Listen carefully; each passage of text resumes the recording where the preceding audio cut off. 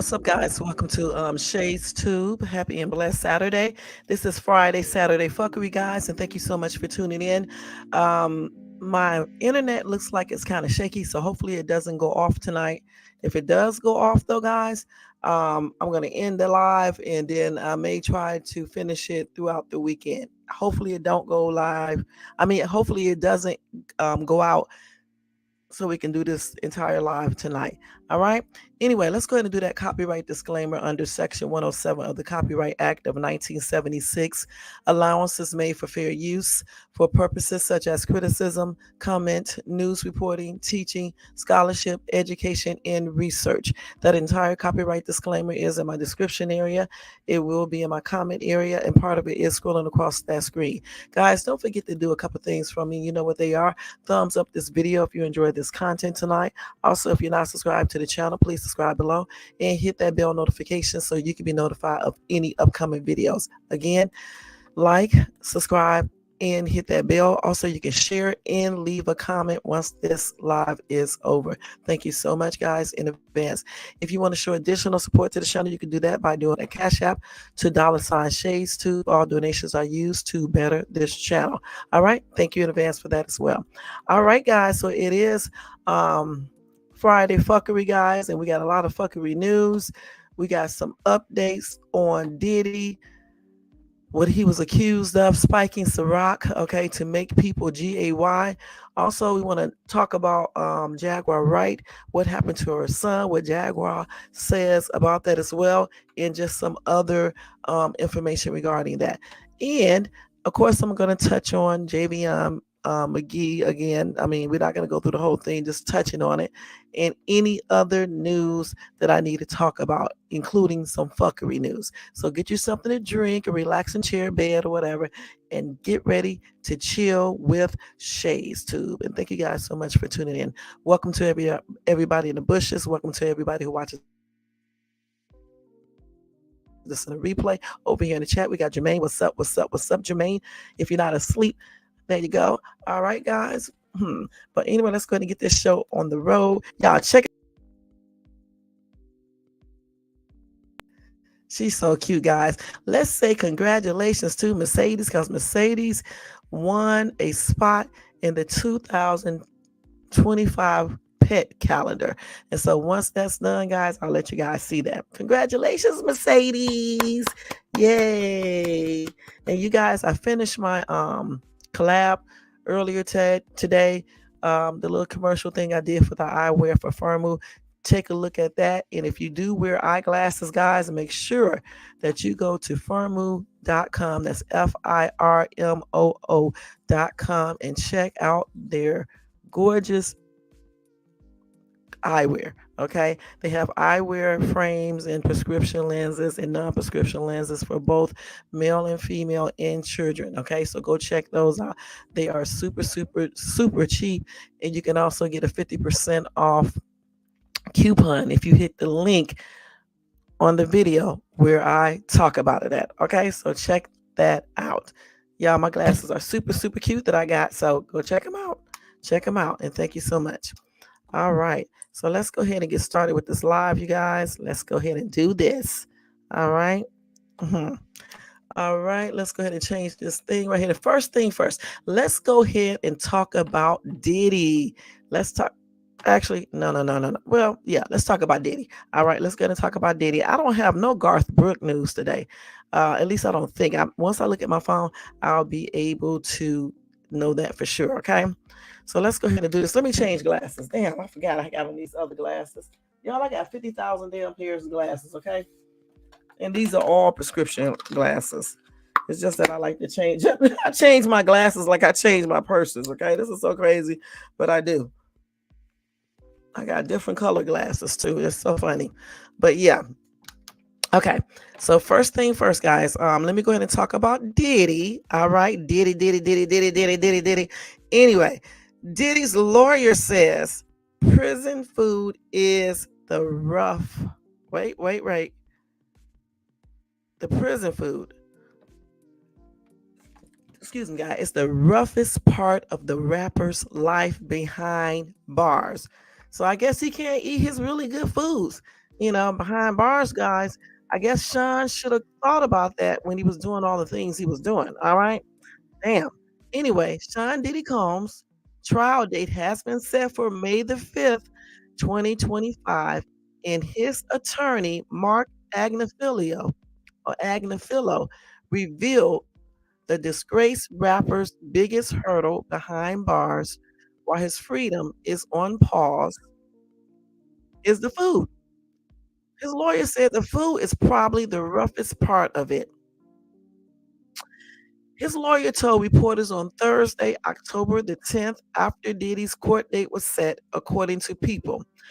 On September the 18th, In Touch previously obtained the Bad Boy Records founder's food menu, his food menu options, while serving time at the detention center in Brooklyn. For breakfast, Diddy is provided fruit, cereal, breakfast cakes, skim milk, and coffee. Lunch changes every single day. Inmates are fueled with either scrambled eggs, baked fish, a chicken patty sandwich, beef tacos, black bean burgers, or chicken wrap. Now, in addition to the main course, Diddy and the other inmates are offered sides, which are coleslaw, biscuits, fruit, green beans, pinto beans, rice, green peas, or corn. Now, for dinner, they can have chili mac, Salisbury steak, turkey roast, pasta beef, and broccoli or chicken fried rice. So I wonder what Diddy. We know he eats those $9 steaks, and then he has some. I think he had the green peas. I can't remember something else he had, but I don't see him eating no Salisbury steak. I don't see him eating no pasta, beef and broccoli. Maybe he may eat beef and broccoli. I don't know, but I can't see that Salisbury steak. What do you guys think? Or I don't see him eating pinto beans either. And I think he did have a black bean burger. I'm not sure. I can't remember. That patty sandwich, though, that chicken patty sandwich, I don't see it, guys. I don't see it. But maybe the baked fish may be okay and chicken wrap. I'm just wondering how the food tastes there. That's what I'm really wondering. Anyway, it's commissary items in prices, which include small snacks, drinks, and condiments. If Diddy is in the mood for something spicy, he has the option to buy jalapeno wheels for $3.20. What the heck is jalapeno wheels? Spicy beef sausage log, ugh, for $2.55, or tuna and Thai chili sauce for $2.50. I know they could have picked out better selection of spicy food. Come on now. What about jalapeno chips? Okay. What about that? All right. Now, although he can't wear Sean John clothing, the brand's founder can switch up his wardrobe inside the institution with the available commissary garments. Diddy has the option to buy a sweatshirt for $16.15, thermal pants for about $8, or New Balance sneakers for $55. Like we already know, Diddy was arrested by Homeland Security on September the 16th, 6 months after his homes in LA and Miami were raided. He was charged with trafficking and racketeering and was denied bail twice. Diddy has denied all accusations against him. Since his arrest, more than 120 alleged victims have claimed that Diddy actually abused them, including a handful of people who were allegedly minors at the time of the alleged incidents. Okay. On October the 6th, Diddy's mother, Janet Smalls, Combs broke her silence after her son's arrest and came to his defense after alleged victims stepped forward with their claims against him. She said, I come to you today as a mother that is devastated and profoundly saddened by the allegations made against my son, Sean Combs. It is heartbreaking to see my son judged not for the truth, but for a narrative created out of lies. Janice's attorney, Natalie G. Figures, told U.S. Weekly in October in an October 6th statement to bear witness what seems to be like a public lynching of my son before he had the opportunity to prove his innocent is a pain too unbearable to put into words. Now, Janice attended Diddy's court hearing on October the 10th alongside his children, Quincy Combs, Christian Combs, King Combs, and twins Jesse and Delilah Combs. The I'll Be Missing You artist kids also defended their dad on September the 24th after fans speculated that he was involved in the unaliving of their mother, Kim Porter, after an alleged manuscript she wrote was released. Okay? I'm not going to read their letter again, guys. Okay? So there it is. So we just found out that Diddy's lawyer said the food is horrible, basically. Okay? And I'm pretty sure it is, considering what he usually eat when he is not in prison. But like I said before, people have to think about these type of things before they do things. You know what I'm saying? Anyway, let's go ahead and move on.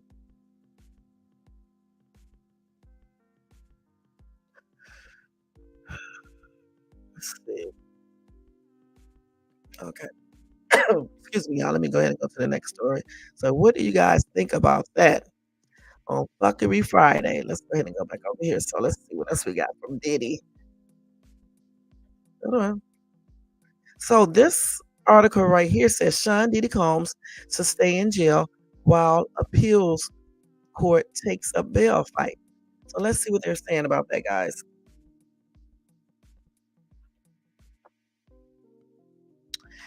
A federal appeals court judge has ruled to keep Sean Diddy Combs locked up while he makes a third bid for bail in his ex trafficking case, which is slated to go to trial in May. In a decision filed Friday, Circuit Judge William J. Nardini denied the hip hop mogul's immediate release from jail while a three-judge panel weighs his bail request. So I'm guessing they did not really, I'm not understanding this. Okay, so Friday, they did not really deny his third bail attempt. They just deny his immediate release from jail while a three-judge panel weighs his bail request. I guess let's keep on reading to see. Anyway, Combs' lawyers appealed to the Second U.S. Circuit Court of Appeals on September the 30th after two judges rejected his release. Combs, 54, has been held at a federal jail in Brooklyn since his September the 16th arrest on charges that he used his power in prestige as a music star to induce female victims into drugged up, produce actual performances with male ex-workers in events dubbed freak-offs. Okay? Combs has pleaded not guilty to racketeering, conspiracy, and ex-trafficking charges, alleging he coerced and abused women for years with help from a network of associates and employees while silencing victims through blackmail and violence, including kidnapping, arson, and physical beatings. At a bail hearing 3 weeks ago, a judge rejected the defense's 50 million bail proposal that would have allowed the I'll Be Missing You singer to be placed under house arrest at his Florida mansion with GPS monitoring and strict limits on visitors. Judge Andrew L. Carter Jr., who has since recused himself from the case, said that prosecutors have presented clear and convincing evidence that Combs is a danger to the community. He said no condition or set of conditions could guard against the risk of Combs obstructing the investigation or threatening or harming witnesses. Okay, so he did do appeal. In their appeal, Combs' lawyers argued that the judge had endorsed the government's exaggerated rhetoric and ordered Combs detained for purely speculative reasons. Indeed, hardly a risk of flight.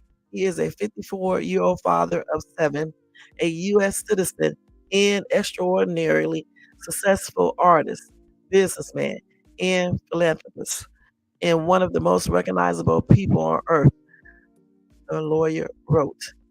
Combs' lawyers have not asked the new trial judge, Aaron Schubermanian, to consider releasing him on bail. So what I'm not understanding is I thought he did another bail thing, a third bail thing, appeal on Thursday.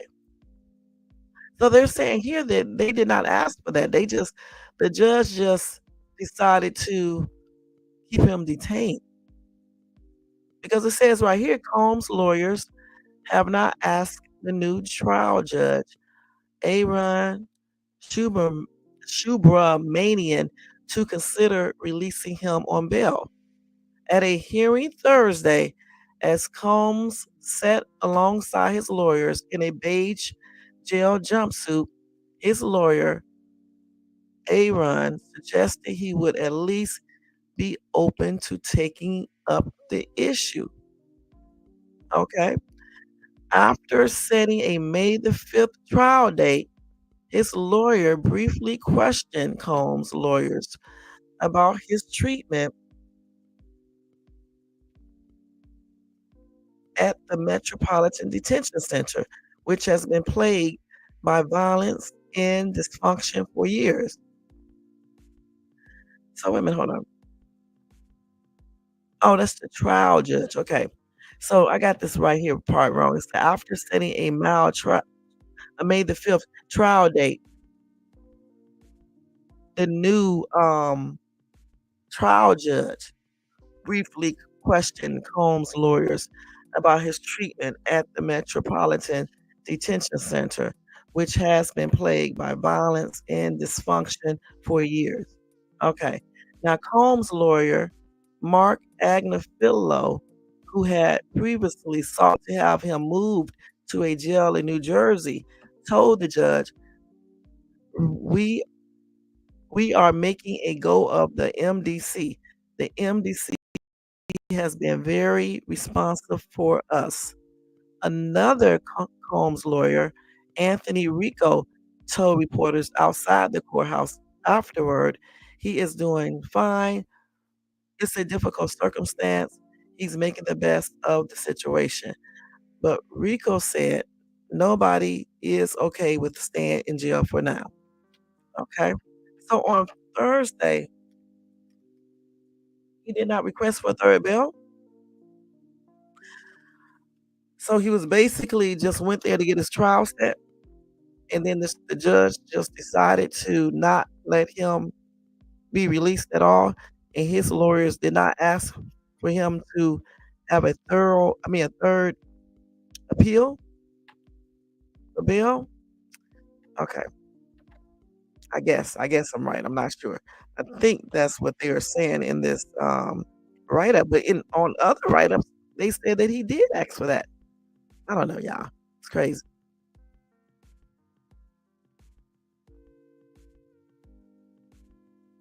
Okay.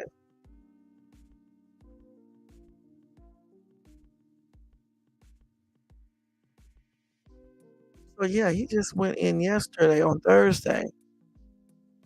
Hold on, let's see. Yeah, he went there and got his trial date, and then the judge just did not. No, he denied the hip hop.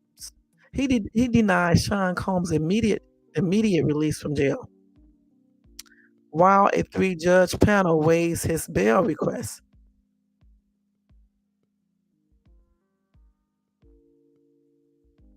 Mm,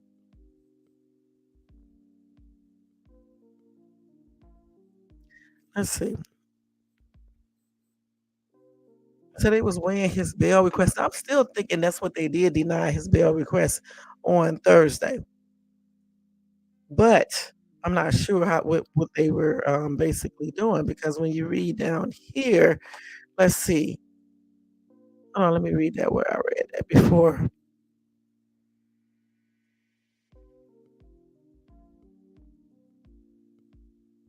Let me see. So they did do an appeal again. Let's see. But it says right here, Combs' lawyers have not asked the new trial judge, Aaron Schubermanian, to consider releasing him on bail. But he did say, but the new trial judge said he would at least be open to taking up the issue. And then that new trial judge asked about the conditions or his treatment at the Metropolitan Detention Center. Hmm. So, so I'm guessing, let's see, they did not ask for that. That's what it says here. It says Combs' lawyers have not asked the new trial judge to consider releasing him on bail. And then that new trial judge said he would be open to taking up the issue. So we'll see how this plays out, you guys, because it's kind of a little bit confusing what is going on with them. So I'm just thinking that on Thursday they basically went there to discuss the trial date, and it says his lawyer didn't ask for immediate release. Let's make sure we got that right. Hold on. Yeah, it says Combs' lawyers have not asked the new trial judge, Aaron Schumann, to consider releasing him on bail. Mm, okay. We will see how this plays out. What is the next step? Okay. Let me ask Google something else real quick. Hold on for a second, y'all. Let me look at something. Oh my God. Okay, wait a minute. Let's see. Let me go to Google. Let me type this in.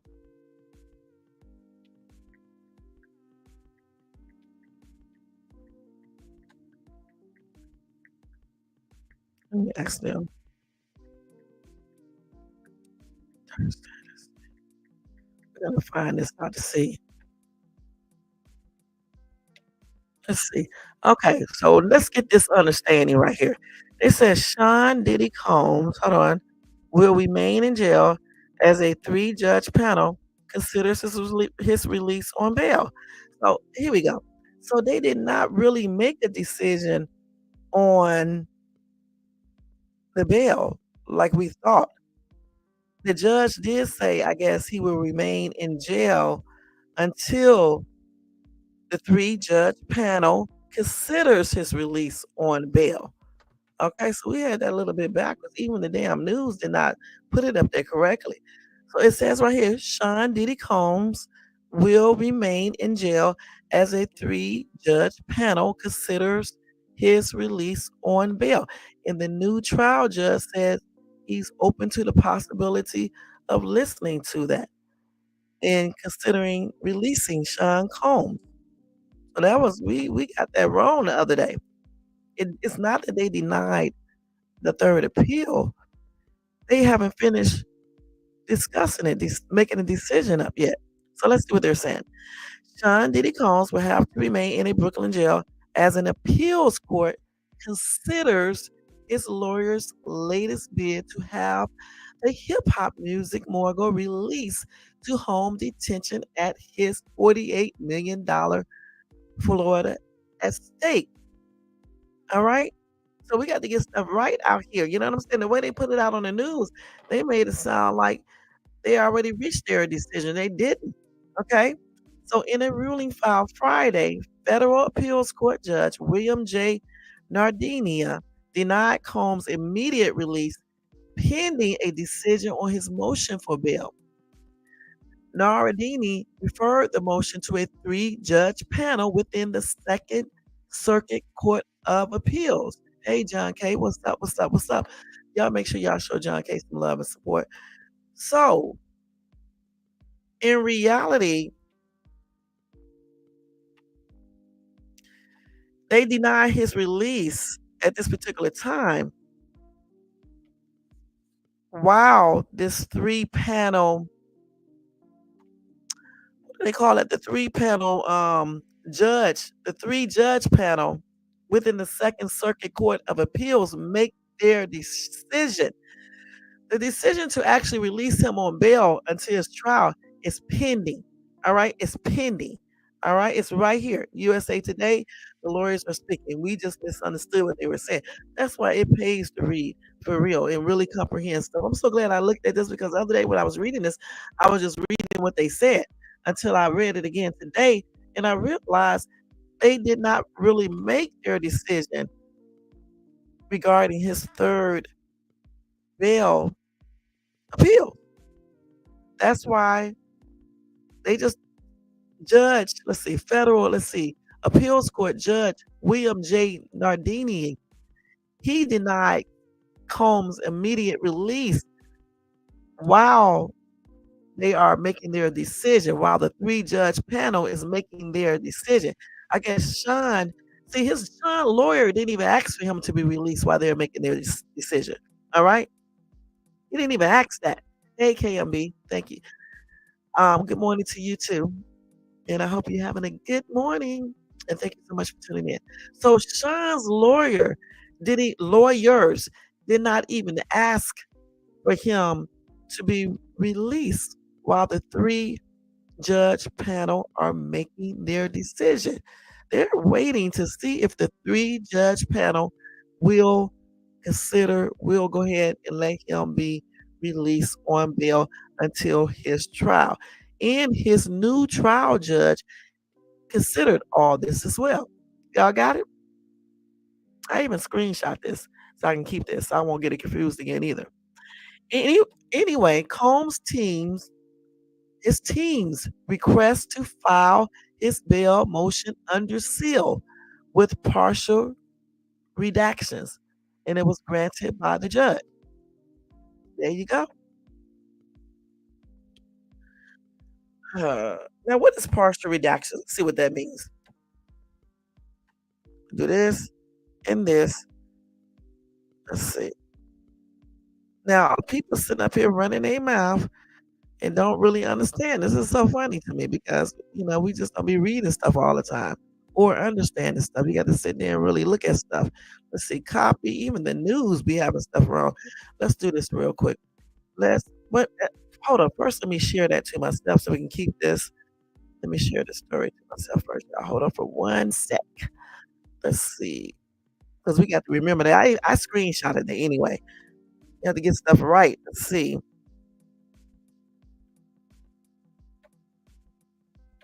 So if the third panel, the third judge panel says no to that third bail appeal, then Sean Combs will stay in jail, in jail until his trial, May the 5th, 2025. If they do grant that third appeal and release him on bail, then he will be out until his trial, May the 5th, 2025. Y'all got it?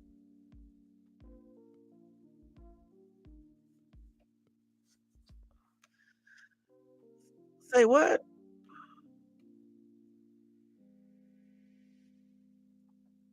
Okay. So let me see exactly what the other thing means, like I just told you guys. Okay, let's go over here and look and see what this means. We already know how he passed on. We're not going to look into that again.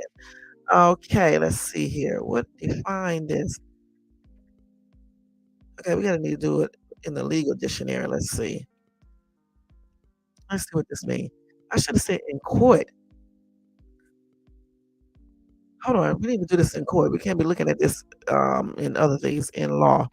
Let's do it in law. Okay, let's see. Oh, that means to remove confidential um material, documents, or something like that. Oh yeah, see, it's editing of a document to remove confidential material.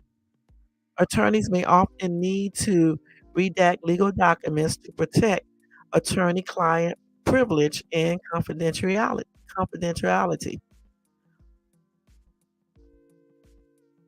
Yeah, so they can redact clients' sensitive personal information and may only include the last four digits of a social security number or tax ID number, the year of birth, a minor's initials, or the last four digits of financial account numbers. Let's see what else they can do. So that's what they're asking, huh? So let me go back to that article again and see what they're trying to redact again. Let's go over here and look what they are trying to redact again because I forgot just that quick, y'all. I really did. Let's see. So they say they are trying to redact. Let's see. Hold on, where did we see that?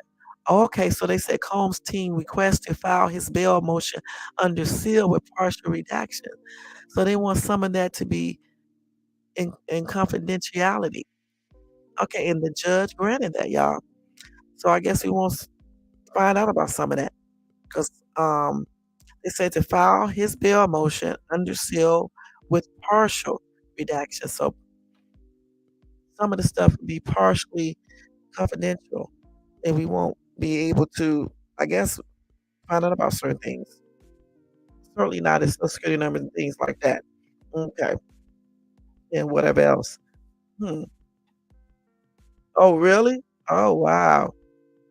They knew he did. Yeah, I believe so too. Listen, a couple weeks ago, I forgot to tell you guys, I had a whole article, right, that said that, and they had it on the news too, that the New York Police Department knew what was going on, what Sean was doing allegedly, and they had his picture up in the precinct, letting the other officers know not to mess with him.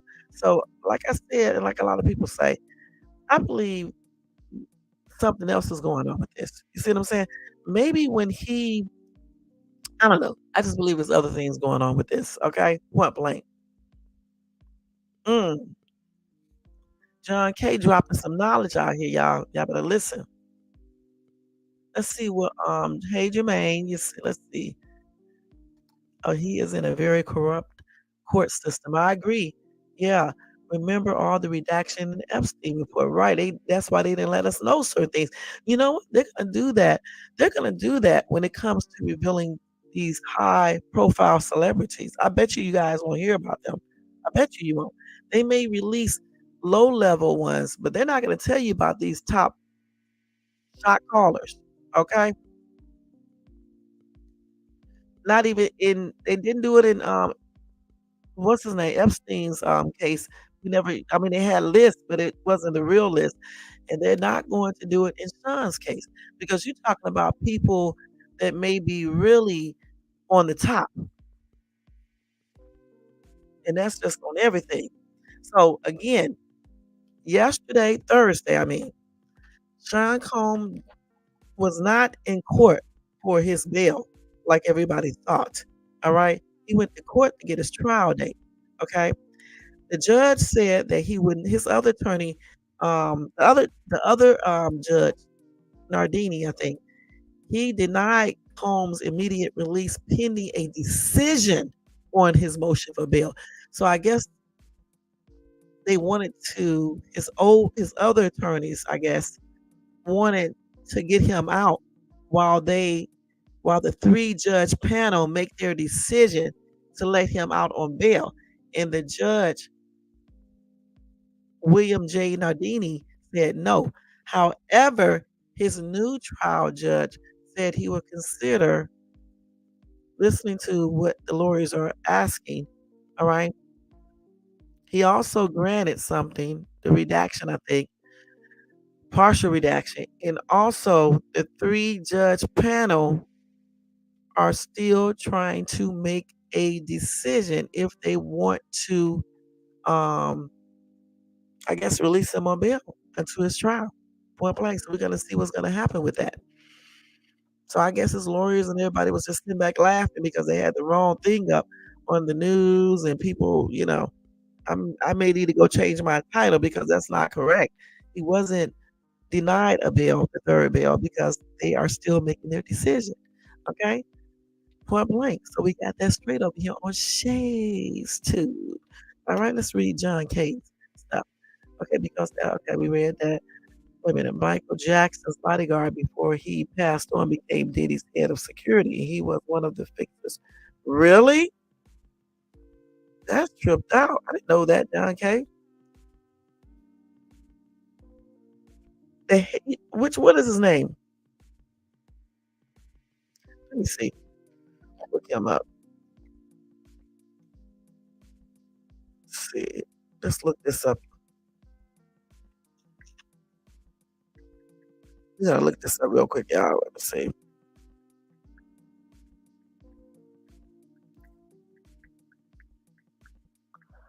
Let's look at this real quick. Oh, he did, Mr. Fix It. They said Sean P. Diddy Combs, head of security, dubbed Mr. Fix It, also previously served as Michael Jackson's security chief and was one of the first people to discover the singer's unalive body. So I wonder why Sean would hire the same dude. Hmm. So he said Michael Jackson's bodyguard before he passed became Diddy's head of security, and he was one of the fixers with the New York Police Department. Oh yeah, I already got it. Mr. Fix It. Goodness. Let's see. The head of security for P. Diddy was Ram Muhammad, who had previously worked as the chief of security for Michael Jackson before his passing. Hold on, let me see what they said. According No, we don't read. According to Rodney Little Rod Jones lawsuit documents against P. Diddy, Fahim Muhammad, referred to as Mr. Muhammad, was the head of his security team. Mr. Muhammad had the power to make problems and people disappear. He also had connections with law enforcement.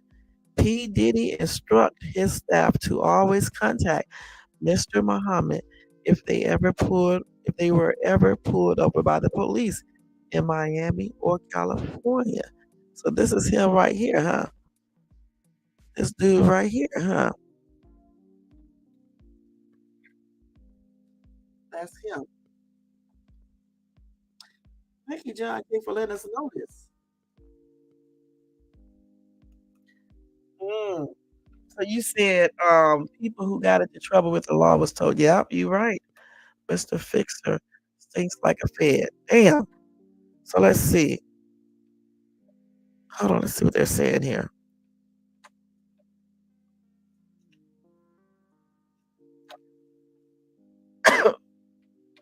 Who's G?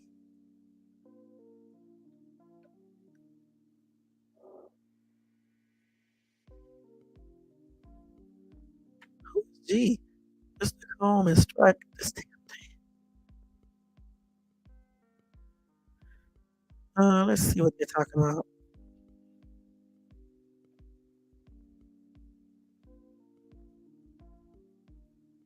Shit is going all over the page, y'all. Dang. Let's see. The shooting of who? Lee's Recording Studios confirmed Mr. Combs' statements. These statements reinforce Mr. Jones' fear of Mr. Combs and strengthen Mr. Combs' dominion and control of Mr. Jones. Mr. Jones was terrified of Mr. Combs. He felt like he could not tell him no. Who is Mr. Jones? The LAPD was in CRS and witnessed the blood in the restroom. Hold on. This thing is moving, y'all. Hold on. And they went with the bogus claim that the shooting of G happened outside of the studio. This was all thanks to Mr. Muhammad's connection with law enforcement. Mr. Jones had no reason to disbelieve Mr. Combs as he had seen firsthand through what? Let's see, shit, through I don't know where this rest of this is at. He did say Mr. Combs made it clear that his head of security, Mr. Muhammad, had the power to make people and problems disappear. I guess because of his connection with law enforcement, the NYPD. I agree, John K. You're right about that because can't no regular man have that much pull. He got to be feds, informant. At the very least, he's a dirty informant. Damn. So he was connected to Michael. He was the head of security for Michael Jackson as well. So he could make problems disappear for him as well in people. The same thing with Diddy.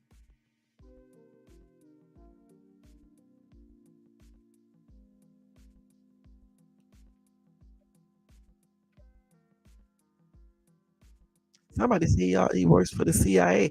They got all types of stuff for the, in here.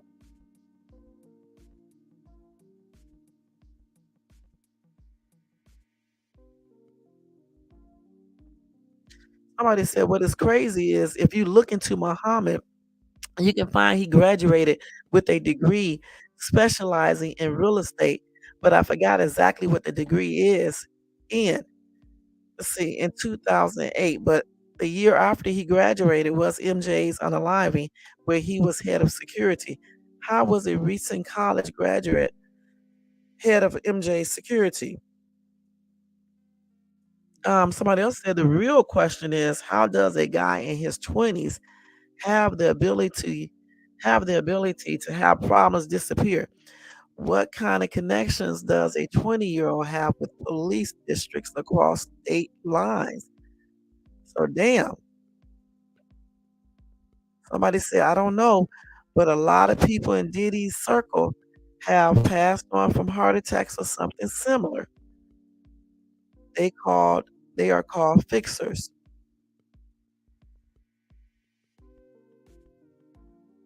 Somebody said Hollywood is littered with these kind of guys cleaning up and shutting people up.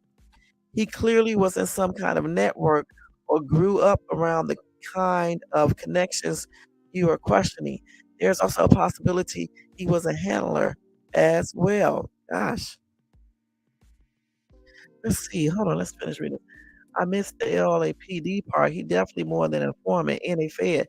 No one just has that kind of power on both coasts. I mean, coast. You're right. That's what I was going to say.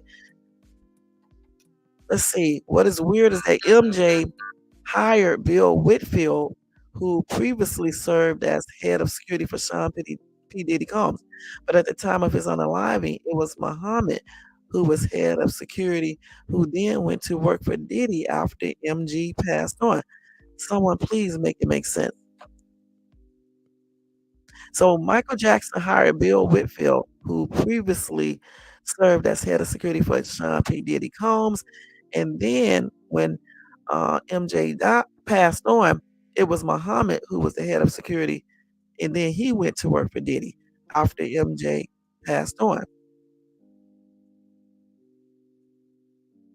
Somebody said, ask David Geffen.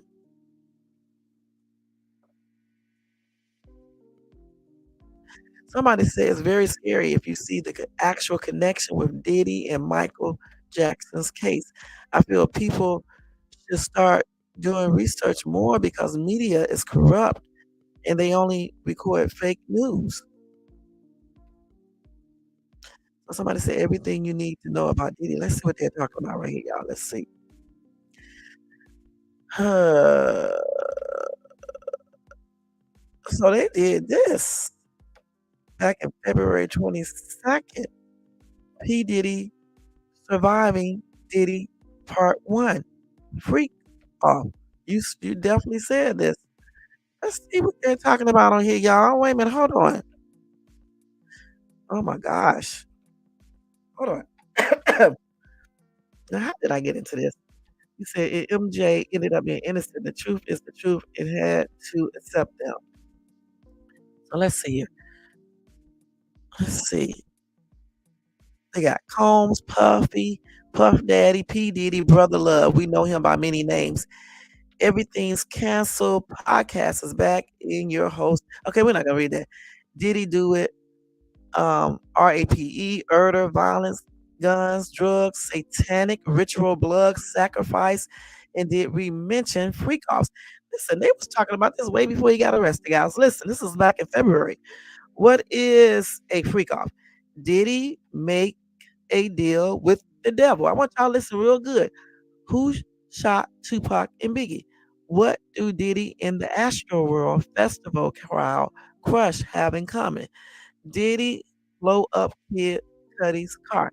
Diddy try to unalive Jamie Foxx? Diddy poison Kim Porter? Who is Jonathan Odd? We attempt to answer these questions and many, many more. Let's see. Here we go. Let's go on now. I'm not going to do all these appearances. Go ahead. Let's see. They said number one Diddy hater is 50 cents. They said record executive Clive Davis. Let's see. Oh, they got so many names on here. Or as all these, let me just give y'all all these names. They said that are affiliated with, I guess, the freak offs and doing other things. Or he either abused them or something like that. This is all allegedly. Cassie, of course, Super Bowl halftime performer Usher, Uptown Records executive Andre Harrell, former Bad Boy rappers Mace, Shine, Loon, J Lo, Heavy D, Mike Tyson, LL Cool J, Southside Compton, Crip, Keefy D, former LAPD detective Greg Kading, number one Diddy hater 50 Cent. Let's see, anonymous male prostitute Will Smith, Diddy baby mama Kim Porter, Suge Knight, Snoop Dogg, Kevin Hart, Denzel Washington, Cat Williams, former bodyguard Gene Deal, J. Rue, Meek Mill, Bryce Shear Gray. Y'all know who that is. The little guy that played on you know, the show with Taraji, Taraji and what's his name? You know, I can't remember the name of that show. You know, the popular one. I can't remember it right now. YK Osiris, Drake, Jaguar Wright, and more. Let's see. What else they got on here? So this person right here actually have episodes talking about this dude. Let's see what he got on here. I'm not gonna listen to this, but he got everything. I guess he's been let's see, covering Diddy even before he got arrested. A whole bunch of stuff here. Who is Jonathan Odie?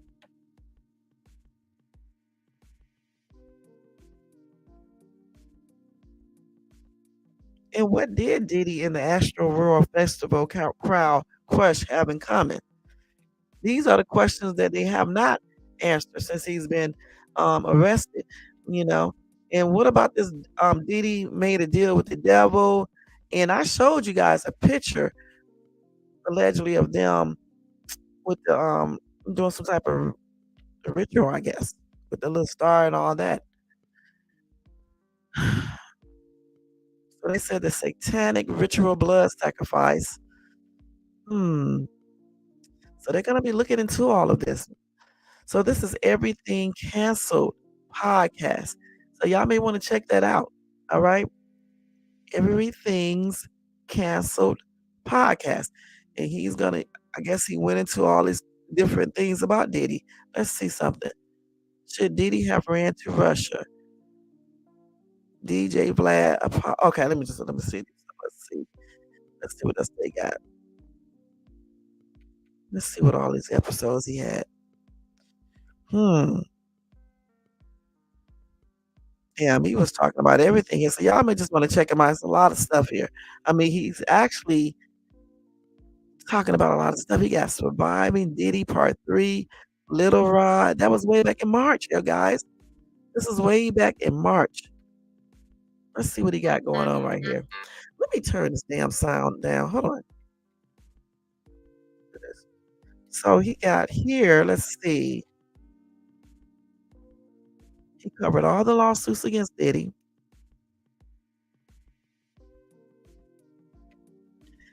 Let's see what are they saying here.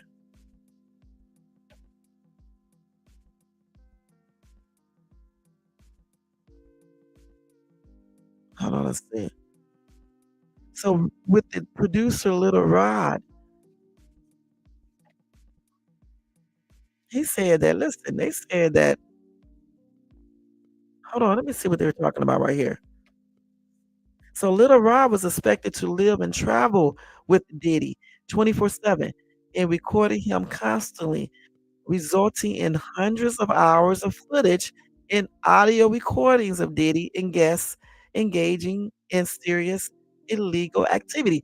Listen, why would anybody have somebody do that? That's stupid. You got allegations of drugs, illegal firearms, soliciting ex-workers. Listen, y'all, this dude uncovered all of this way back in March. Diddy is a damn idiot. All right. Partying and providing alcohol and drugs to minors. Sexual assault, HOMOSEXUALITY, blackmail, gun violence, and much more. Who is what's this lady's name? Ghislaine to Diddy's Epstein. What happened with Cuba Gooding Jr. on Diddy's yacht? I mean yacht. What? What happened to Cuba Gooding Jr. on Diddy's yacht?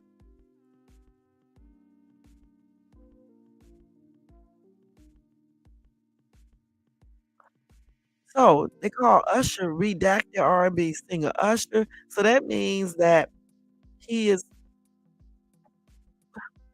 keeping stuff confidential, just like Meek Mill. They got the same thing.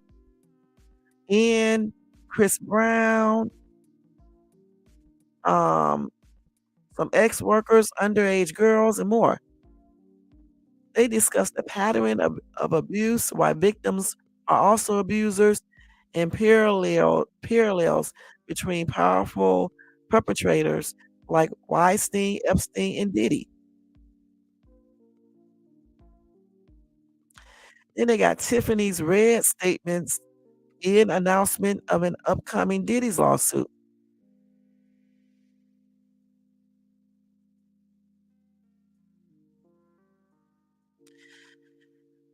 So when they made Surviving Diddy, whoever else made that, this dude right here had already did this.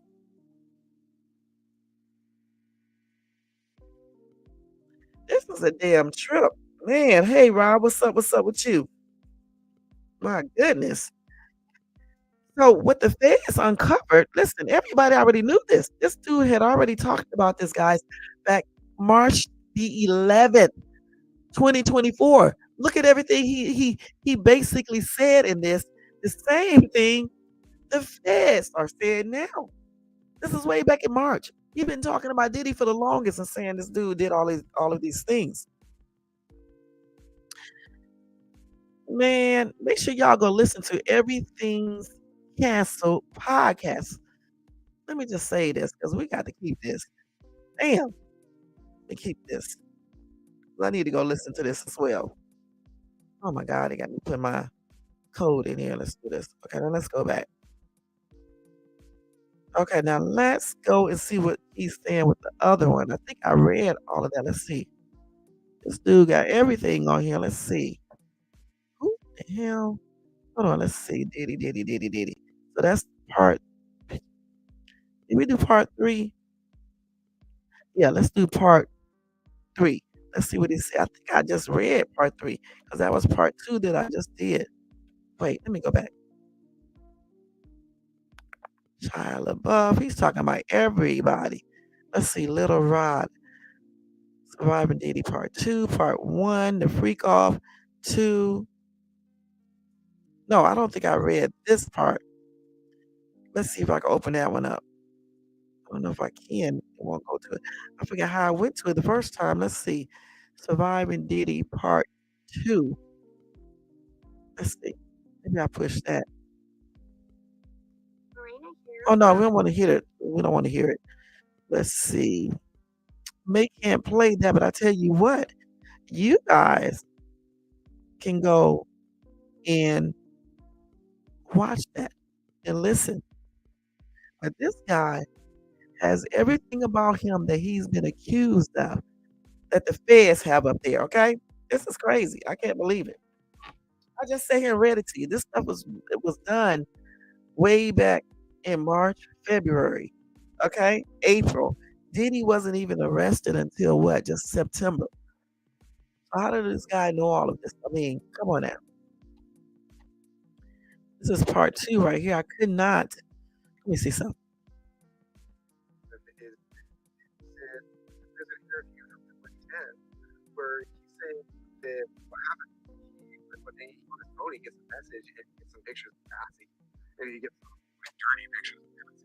What?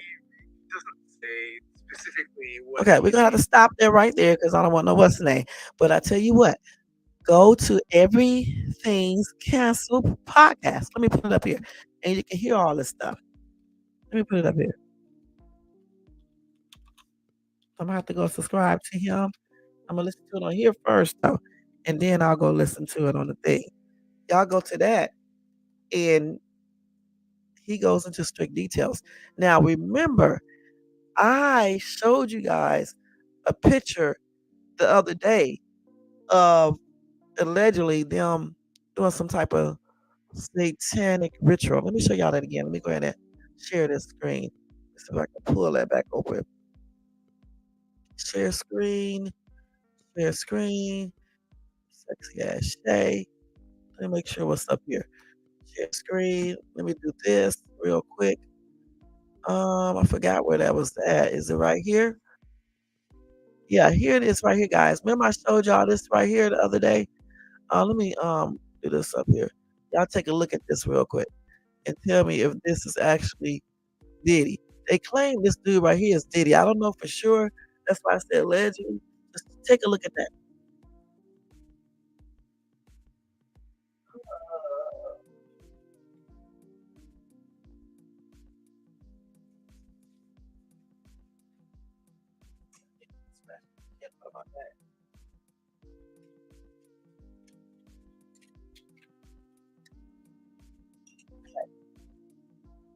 So again, I don't know if that picture is really him or anything, but if it is, this some effed up shit. I can't really tell if that's him for sure because the person got their head down. I can't really tell. I it doesn't look like him 100%, but I'm not sure. It could be him. I don't know. I really don't. And if it is, what the hell? Okay, who took this picture? Or who leaked this picture? You know what I'm saying? Crazy. Let me stop this. Uh, but this dude, but this dude, hey, most hated, thank you so much for tuning in. Y'all make sure y'all show most hated some love and support. All right, and show John K some love and support too, guys. Okay, most hated, show him some love and support in John K. Who else we got up in here? Yeah. Okay. If anybody else have a chance, just let me know the thing, and I'll tell people to check you guys out. Jermaine can drop y'all links if you don't mind. Jermaine in the place to be. So, what y'all think about that picture I just showed you? Do you think that's him? Like I said, everything's canceled. Said they be doing satanic rituals in that Diddy sold his soul to the big D, point blank. So, what y'all think about that? Wow, really? That's that's y'all. This is crazy. The thing about it, maybe if he is into this type of stuff, maybe they can save him from prison. That's on everything. You know what I'm saying? Woo. Thank you, John K, for telling me that because then I got a chance to look this stuff up. And I got to this right here. So make sure y'all go check out Everything's Canceled podcast. I mean, not only does he talk about Diddy, He talks about a lot of stars, guys. Check him out. Got Will Smith name up there and everything. Right. They said that Jay-Z is worse and protected by Obama. Damn. Wow. Mm-mm-mm. John K, you be on it, hun. Y'all make sure y'all go check out John K's place over there too, because he be dropping some real knowledge, and that's on everything. All right? That is crazy. Let me go ahead and see what else I got on P. Diddy. That right there is a hot ass mess, y'all. I'm not gonna lie about that. Goodness. I can't believe he had all that information before he actually got arrested for all the things that they just named. Most of it, except they haven't named the satanic shit and all that. Okay, and some other things they didn't name either. But they do got all this other stuff up there. This dude said he even had underage minors. He said minors. That's what he said. Damn. So let's see what if they show pictures of Diddy in the courtroom, coming out the courtroom. This is not him right here, I tell you that, it's his kids. Let me see, let me show y'all this a minute. Let me first look at it first though, y'all. All his kids and stuff. They're not showing him, okay? They do got the little pictures of him and stuff. Getting tripped out. Let's see, this is his first appearance. That's him hugging his lawyer, I guess. Okay. They're basically just showing him and Cassie together now. I remember when he got Cassie's chest done. He sure did. Let me stop. Yeah, I heard about this right here. I definitely did, Rob. So I'm gonna show y'all this, okay? But I'm gonna turn the music down and just to let y'all see it, okay? They love to play this damn music. Let me show y'all, okay? All this little stuff right here. I'm just gonna show y'all what he looked like in his thing. So let's rewind it. Oh man, what the hell crap did I do? Oh no. Let's do it like this. We'll come back to it, guys. Hold on. Let me do this. Let me come back to this. Go to here. Okay, we're gonna do like this. We're gonna go back. Now we're gonna show y'all if y'all can see it. See, I'm in court. They did illustrations. Wish they would have shown him action. That's him putting his lawyer, I guess, because the judge is going to consider. That's probably why he's hugging his lawyer. That's his mom, and I don't know who else. Probably her lawyer, I guess. I don't know. His kids and stuff, leaving and stuff.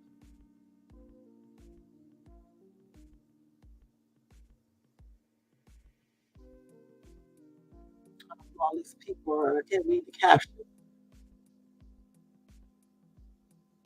I could have just, let me see what he said.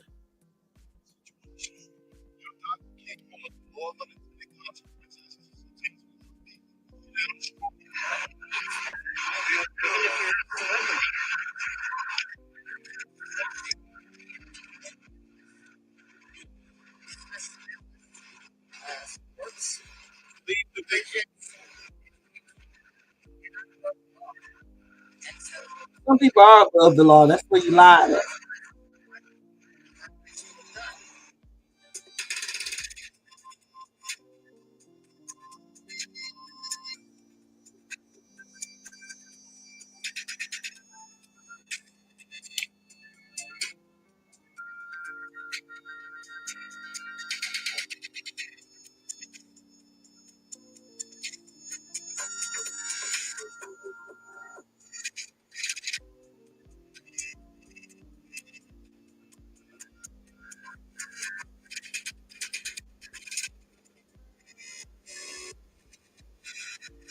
When I get the plan, I'll tell y'all about this. Okay, let me stop this real quick, okay? Because we saw Sean already. Okay, let me stop this. So, okay, this was basically just showing you his first appearance, okay, in his prison uniform. Okay, but the thing is, they showed you an illustration of it, okay? They didn't actually show you his actual pictures. Hold on, let me go back to this. So hold on, let's go back to this one more time. Let me do it like this. So let's see here. Damn volume got it. They didn't rewind it. Let's see. They kind of figure me out when I do that. Hold on. Let's see if they can start it back all the way over. Maybe let it stop and then start back over. I don't know why they put all this other stuff up here afterwards when they were talking about Diddy. Let's see, y'all. I'm letting it start back up. Just hold on for a second, please. This is it. I'm still tripping out on the who's the people that I just looked at? I forgot the name of them. You know, the site that I just said. Okay, everything's canceled podcast. I'm still tripping about all the stuff they had up there. You know, he sure does. He has a lot in common with this man. So let's see. Okay, so they showed Diddy's kids coming out the courtroom, which I showed you guys that. You know, I already told and his mom, his two twin daughters, Christian, um, Justin, and the other his stepson or whatever, the one that he adopted, I guess. So they show him with his long face in his prison uniform. This is this picture right here. That's Diddy's first appearance. His long face in his prison uniform. That's him right there, illustration. Okay, let's see. They sure don't draw these people to look like themselves. Okay, then Diddy is hugging his lawyer, which you guys already seen this. That's Diddy hugging his lawyer, probably because the judge has said that he would listen and consider his third appeal to be get out on bail, and also his redacted partial redactment. Okay, so he probably was hugging him because of that, because that's a kind of a victory for him. Let's see what else they got going on here, and then they just start showing you pictures of Diddy and Cassie. Okay, so we don't need to see those pictures. Okay, we just wanted to see what he basically looked like in his prison stuff. So we did see, um, you know, that somewhat. Okay, point blank. So let's see what other Diddy news do we have here. Let's go ahead and look at this. Hmm. So they did say the feds are tightening case against Sean Combs. More than 100 alleged victims come forward. All right. Now the thing about it is this right here. If these victims are lying, okay, that's going to be something. They're going to have to prove that they're telling the truth. So I don't know what evidence they have, against Sean Combs, but if his lawyer has evidence that they are not telling the truth, this trial is going to be a hot ass mess. All right, point blank. Anyway, this will be one of the biggest cases, okay, in history. Okay.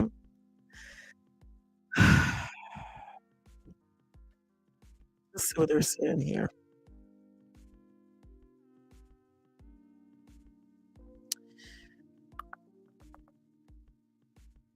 Let's see what some of these people are saying here.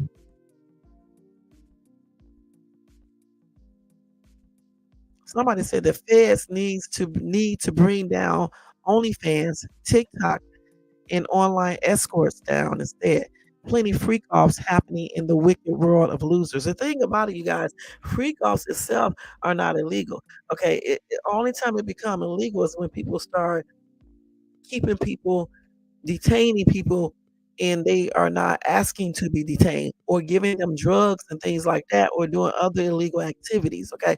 I'm pretty sure a lot of people be having some type of freak offs. Okay, whether they be having two, threesomes, foursomes, fivesomes, or whatever. You know what I'm saying? And doing the most swinging parties and all this other weird shit. But if you're doing stuff against people permission or you're taking illegal drugs or you're doing other weird shit, that's where the problem arise. Somebody said YouTube is worse than TikTok, and I agree to some point. I mean, to some level, YouTube is a hot ass mess. Honestly, I think they really just need to tighten up all these damn social media sites and stuff and make things a little bit more rated PG and things like that. They be doing the most on YouTube though. Somebody said the feds are also in these tapes, okay? They said some Fed workers are also in these tapes too. You know what? It would not surprise me if some of these people were in these tapes. All right. That's why they're gonna keep it a secret. Somebody said TD Snakes is a slime. That's what Jermaine said. Um, so they said Rob said Bishop TD Jakes is the worst. Okay, y'all talking about that swallow thing. We need to play that. Give me the link to that. Jermaine, give me this fucking Friday, Saturday. Give me the link to that so I can play it. Oh, John K said, I just realized something. They had the same list and victims to cross over with each other with him and Epstein. You got that right. Leave only for now. They be doing freak offs there too. As long as they're not doing illegal stuff, they cool. They would have had to both have access to world leaders. Yep. And you know they do. Yep, you're right, Rob. He definitely was. That's why shouldn't be getting too cocky. You know what I'm saying? You can't trust people. Let's see. Epstein just had any level of intelligence he wanted as long as governments needed him. True. And then they unalived him once they done with him. They didn't want him to be speaking out, telling us, telling them, the feds, what was going on really, who was on those lists and things like that. All these high profile type people. He said, don't forget they had that video of LeBron saying ain't no party like a Diddy party too. Yep. All these damn people be at them parties. They knew what was going on. You know what I'm saying? Definitely. Shit. First thing I said was it's a CIA run blackmail ring like Epstein. Yep, got that right. This thing going on with Diddy is shit large as hell. It's so many people that are involved in this is plainly ridiculous. Okay, I'm gonna hit that link in 1 second. Let's listen to this. Somebody said we know you are raging, Ray. Oh my gosh, raging. I guess somebody said bottom line he stepped on his own effing, you know what, with the wrong person or people who have way more pull than he thought he had. What powers does Homeland Security have? Under the Secretary leadership, DHS is responsible for counterterrorism, cybersecurity, aviation security, border security, port security, maritime security, administration in enforcement of our immigration laws, protection of our national leaders, protection of critical infrastructure, cybersecurity. The answer is why DHS went in and not the FBI who seized the tapes. He can't even flip on anyone. That's how effed up he is.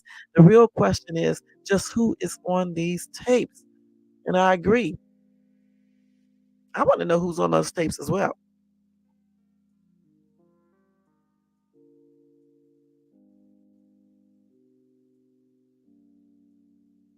Somebody said money makes you think you are bulletproof. Hold on for a second, y'all. Hold on for 1 second. Somebody said he is never going home again. Too many charges filed against him. Well, don't forget this. The new trial judge said he's going to listen. Okay, he's considering. All right, so we never know what may happen. Listen, the three-judge panel is still deciding on his third bail. Okay, that's what they're doing. The case he had, not the case, but the thing he went to on Thursday wasn't for no damn bail. Okay, it was for his trial. Okay, and he wanted to be released while the three-judge panel decide if he can be released on bail. So he was asking to be released while they make a decision. Okay. Somebody said they need to list all the other sickos involved, government, political, and celebs. Somebody said this is a perfect storm to distract folks from the government. Yeah, it's a lot of key players. Somebody said Sean Combs is a very dumb man. His so-called friends will turn on him in the end, and I agree. You got that right, because I would have been gone way back in November. As soon as this shit went down with Cassie, once I paid her off, I would have been out of here somewhere that they can't do shit. And that's what everything. I don't care what y'all would have said. All right, I would have been just like what's his name, Russell Simmons, and that other dude. Okay, let's see here. Yes, Mr. Jakes, I have been swallowed. I'm gonna have to play that. a few times actually. You're so crazy. I was trying to ignore everything Diddy, but it was too much not to. DHS smuggles children. Their crimes are worse than Diddy's. Wow. All you have to do is look at the Bill Gates and the Soros politicians if you if you can. Sean broke. Do you think Sean Combs is broke? Why do you say that, Rob? Let's look at this video real quick. Let me see if I can pull it up real quick. The swallow thing. Hold on. Let's see. Okay, but let me try to hear this. For the Lord that was on my side.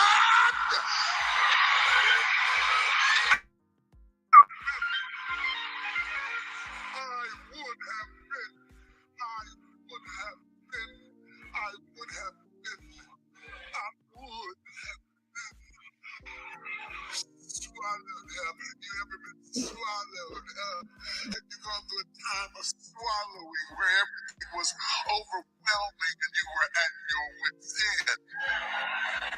That is my point of view. Y'all know good and dead go well. This man is not talking about swallowed up, no type of extra way. He's talking about swallow up in a lot of problems and things like that.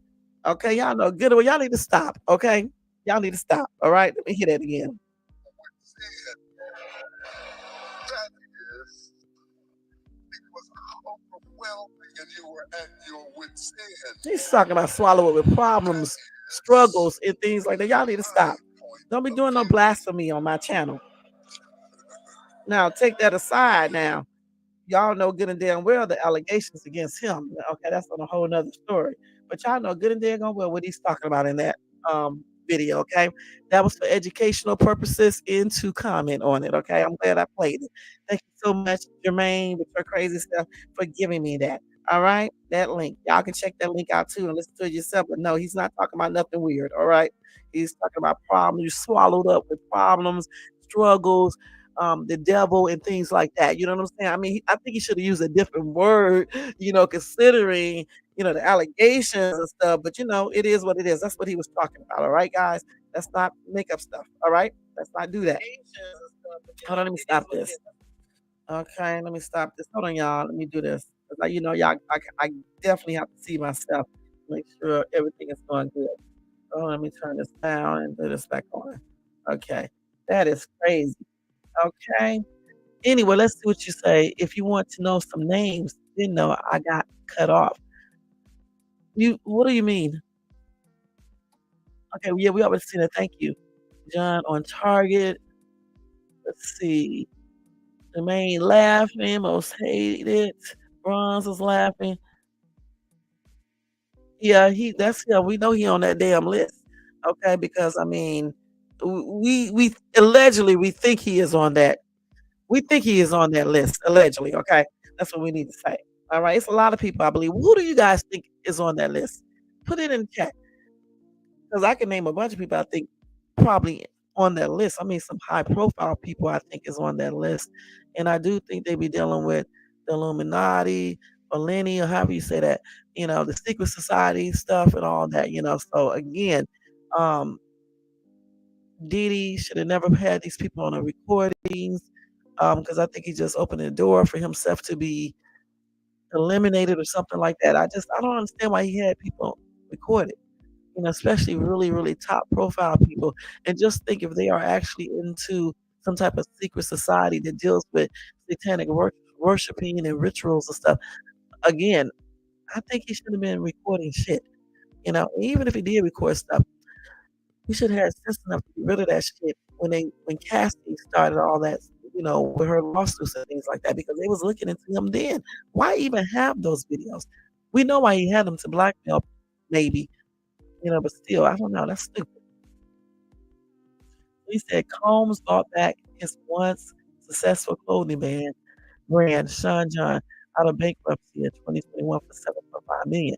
However, the brand is struggling again in 2023, and Macy's has stopped selling its products. But what about the Ciroc and everything else we have? Let's see, Soros and Bill Gates affiliate people. Combs' e-commerce website for Black-owned business has faced challenges. At least 18 companies have distanced themselves from the site. Wow.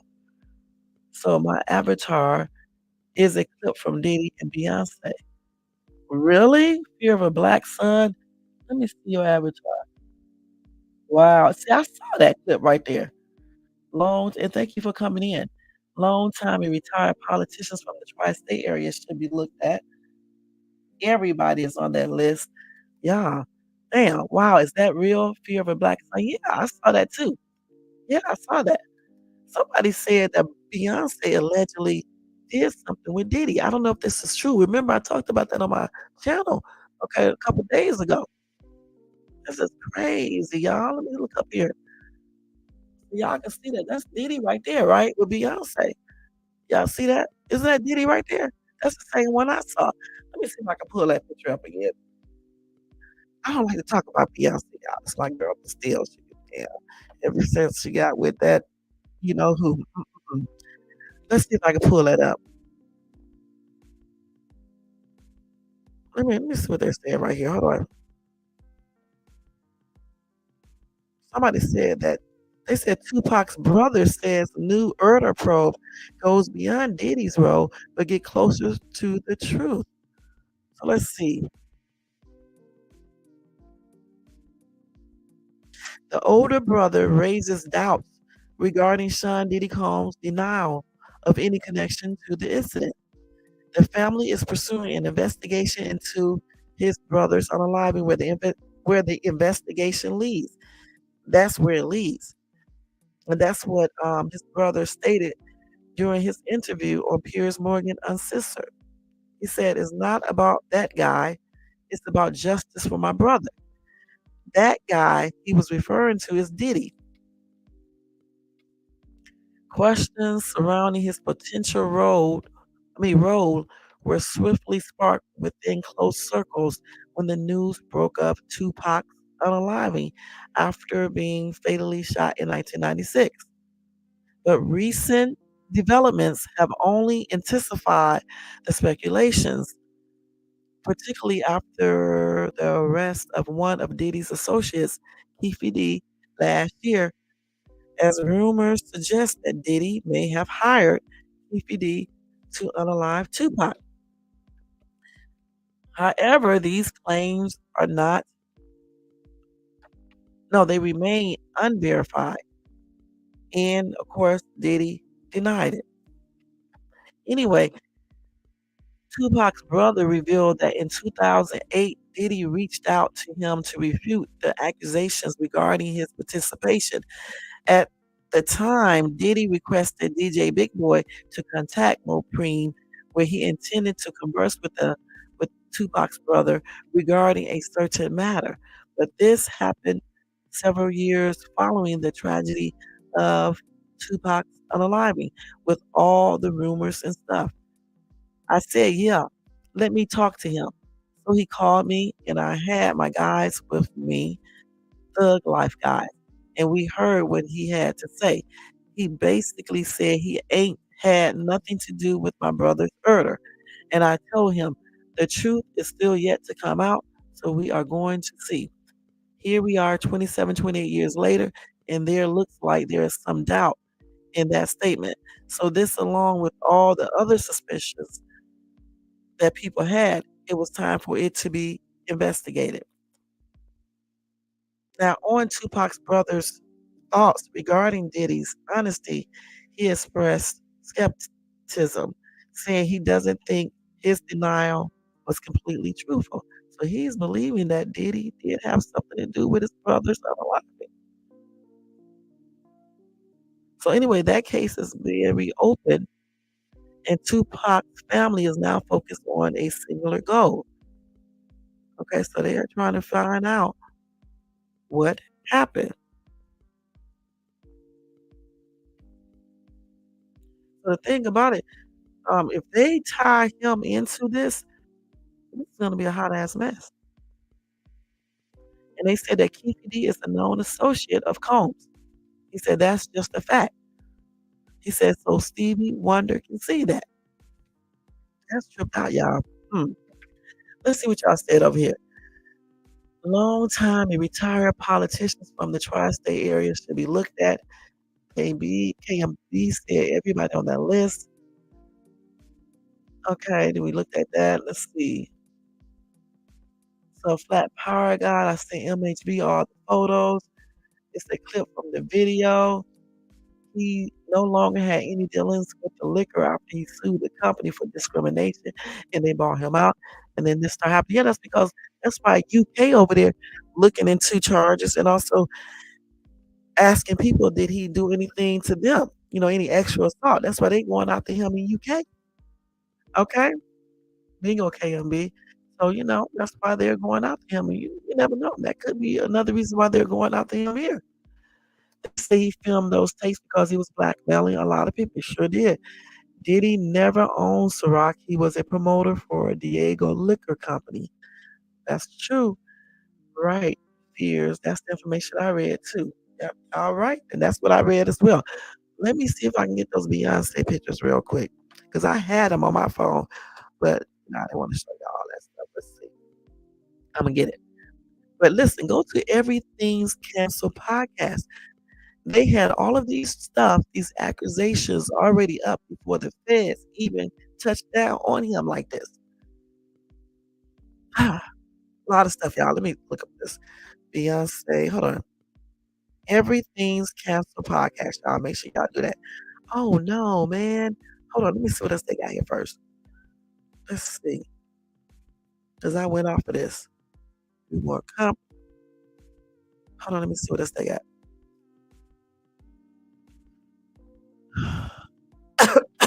Excuse me, y'all. Let me see what else they got here.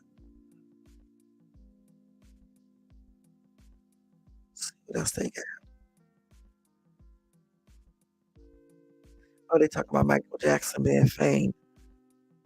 Being framed. What is this right here? Let's see what they're talking about. Okay, they talking about the raid right there. So Diddy tried to throw a pour a drink on Kendrick Lamar. Gosh.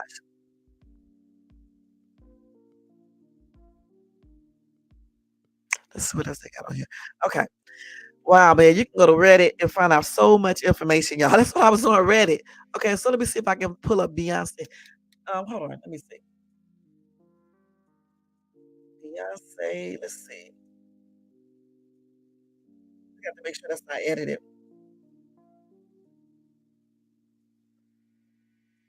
Let's see if we can put it up. Yeah, here it is right here. Let's see if this is edited. That's J-Lo right there. With Diddy. Okay, in that bed. Let's see what else we see. Hold on, let me see. Y'all just look at this stuff. Here's the leaked video of Beyonce and Diddy right here. Let's see here. Let's see if we can watch it. Let me see. I'm not gonna show it on here, but I'll show you the thing. I'm not gonna show the video. This was 4 months ago too, y'all. This was 4 months ago. Wait, hold on. So the one that I had said allegedly Beyonce, I don't know who said it, Gene Deal or somebody said, I think that was Gene Deal who said that, if I'm not mistaken. I think that was him who said that Diddy or the Jaguar Wright. I forgot which one said that. Had XCX with allegedly with Diddy. I don't see it on his show. It'll be up here, but I just cannot pull it up on here. It's going so quick. They got a lot of. Hold on, let me go to a different one. Oh, shit. Let's see.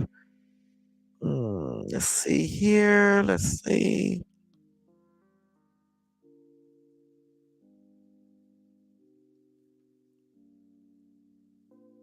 Is this it right here? I think this is it right here. Let's see. Is it? Who in the hell is this? Is this Jay-Z? This is Jay-Z right here. Let me show y'all this real quick. Okay, this is Jay-Z right here, y'all. Look, I don't know if y'all can see that. Isn't that Jay-Z right there? I tell you what. I tell you how I'll do it. Let me do it a different way. Let me stop this. Let me screenshot it and send it to myself. Let me do it like this. We're gonna screenshot and show this on the other way. This is Jay-Z right there. Okay. It looks like Jay-Z anyway, allegedly. Who in the hell is this? Let's see this. What's going on right here? And who is this? They said that's Beyonce. Y'all, I'm gonna show y'all these pictures. This is a hot ass, juicy mess. Hold on. Let's see these pictures. They got all types of shit. Let's see. Can't see that picture clear enough right back there. Let's see what else we got here. They was together a lot though. Who in the hell is this? Wait, is this couldn't be no Beyonce right here. I'm gonna let y'all see these though. I'm gonna let y'all see these because I don't know if this is her or not. Okay. Let's see what else going on here. Hold on. This got to be a lie right here. I don't believe this shit. I'm gonna let y'all see this though. This is a trip, y'all. Hold on. Y'all told y'all about that blue, but I don't believe that blue ivory shit. So it is what it is. I don't believe that. Yep, they got that same ass.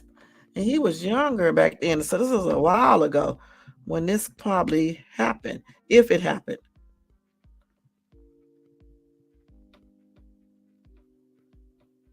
I want Diddy was talking to Beyonce about right here. But she looking very serious. Let me look over here and see. I didn't even know they was like, I don't know. Shit, I didn't know they was friends like this. There they go talking again.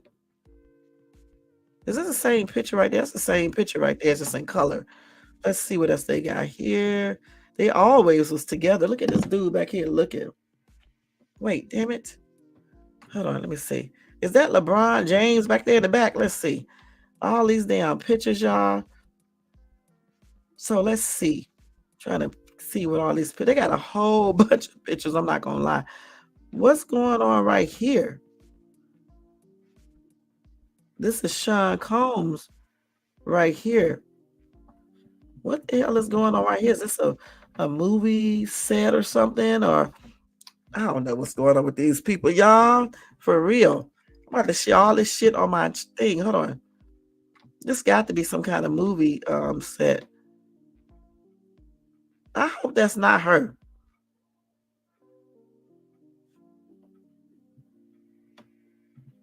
Let me see. This is a trip, y'all. Wait a minute, hold on.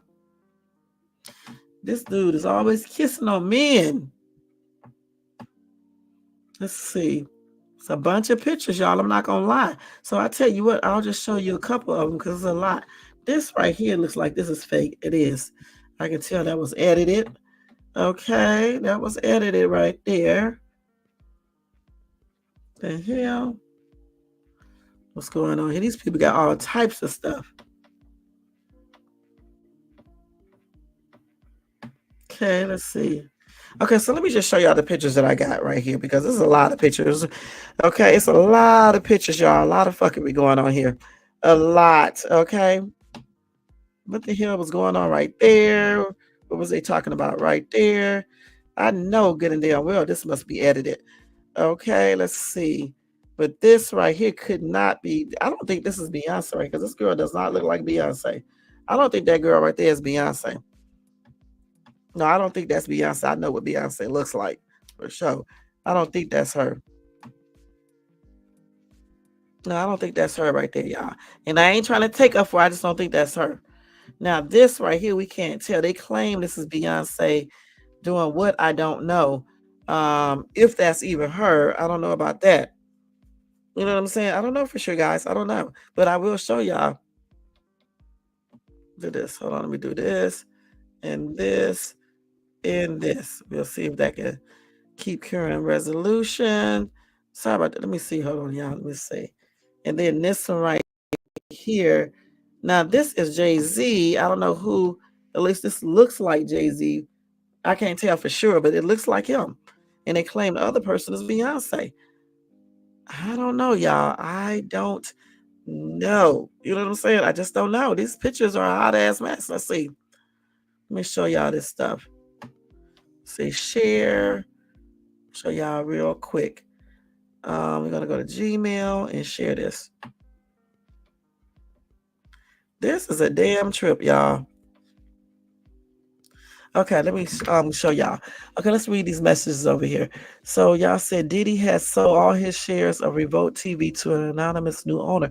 I wonder who that owner is, guys. Who do y'all think it is? Peloton is pressing pause on Diddy's music. CNN reported that the exercise company confirmed.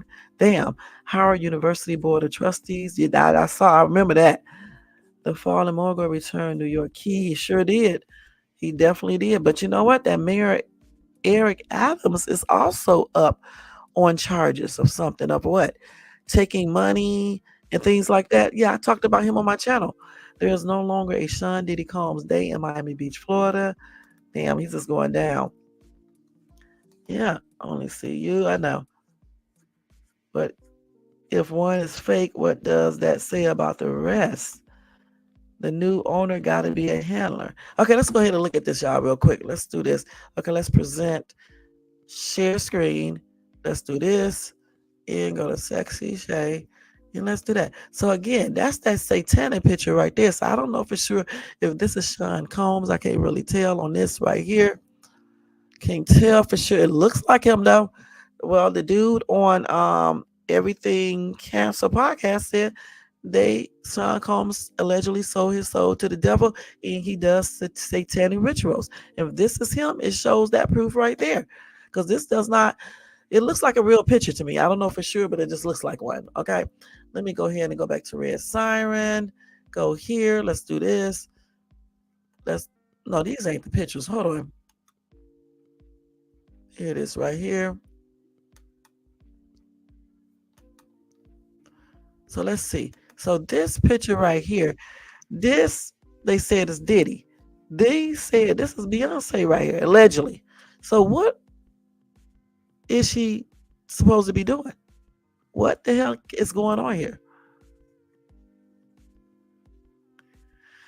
Okay, let's see what else we got. So I don't know what's going on right here. Is this Jay-Z back here or this the bodyguard? Can't tell. But we know this is Diddy and this is Beyonce. What's going on right here? Okay. So this right here, what's going on right here? Is this really him kissing Jay-Z in the mouth? See, we can't tell for sure. You know what I'm saying? It looks like it's a little bit edited. I'm not sure. All right. So we got this picture right here, which I thought let's see if we can do it like this. Now, this person right here is not Beyonce. All right. That is not Beyonce. It does not look like her from the side profile or anything. All right. That's not the same profile as this right here.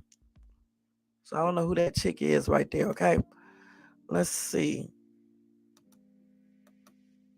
So I don't know. They talking right here like a heated. It looks like he's heated. I don't know.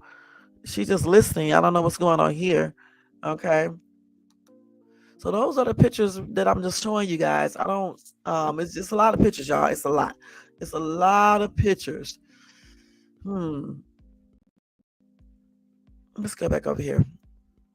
So yeah, this is a lot of tripped out. Well, if that's her, I mean, it looks like she's doing what do you call that? Fellatio, I guess, to him. Somebody is doing fellatio to him. Okay, point blank. All right, and yeah, the new owner probably is a handler for sure. Let me get these pictures off my phone. Hold on. This is crazy.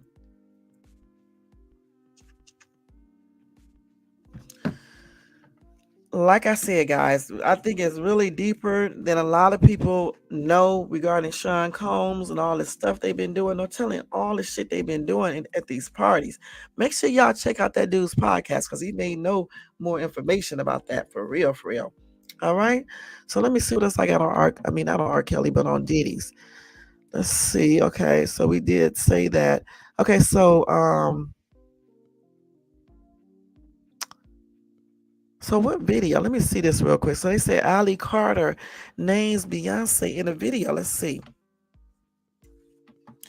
Ali Carter names Beyonce in latest video as Piers Morgan says Jaguar Wright lied about the Carters. He's gonna say whatever they tell him to say because he don't want to be sued and in trouble. So let's see. Hold on for 1 second, y'all. Hold on.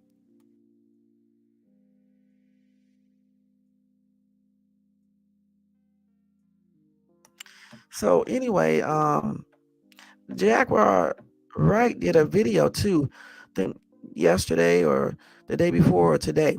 So I got that too. So this lady, Ali Carter, said that Beyonce and other celebs were there at the freak offs when she was allegedly abused.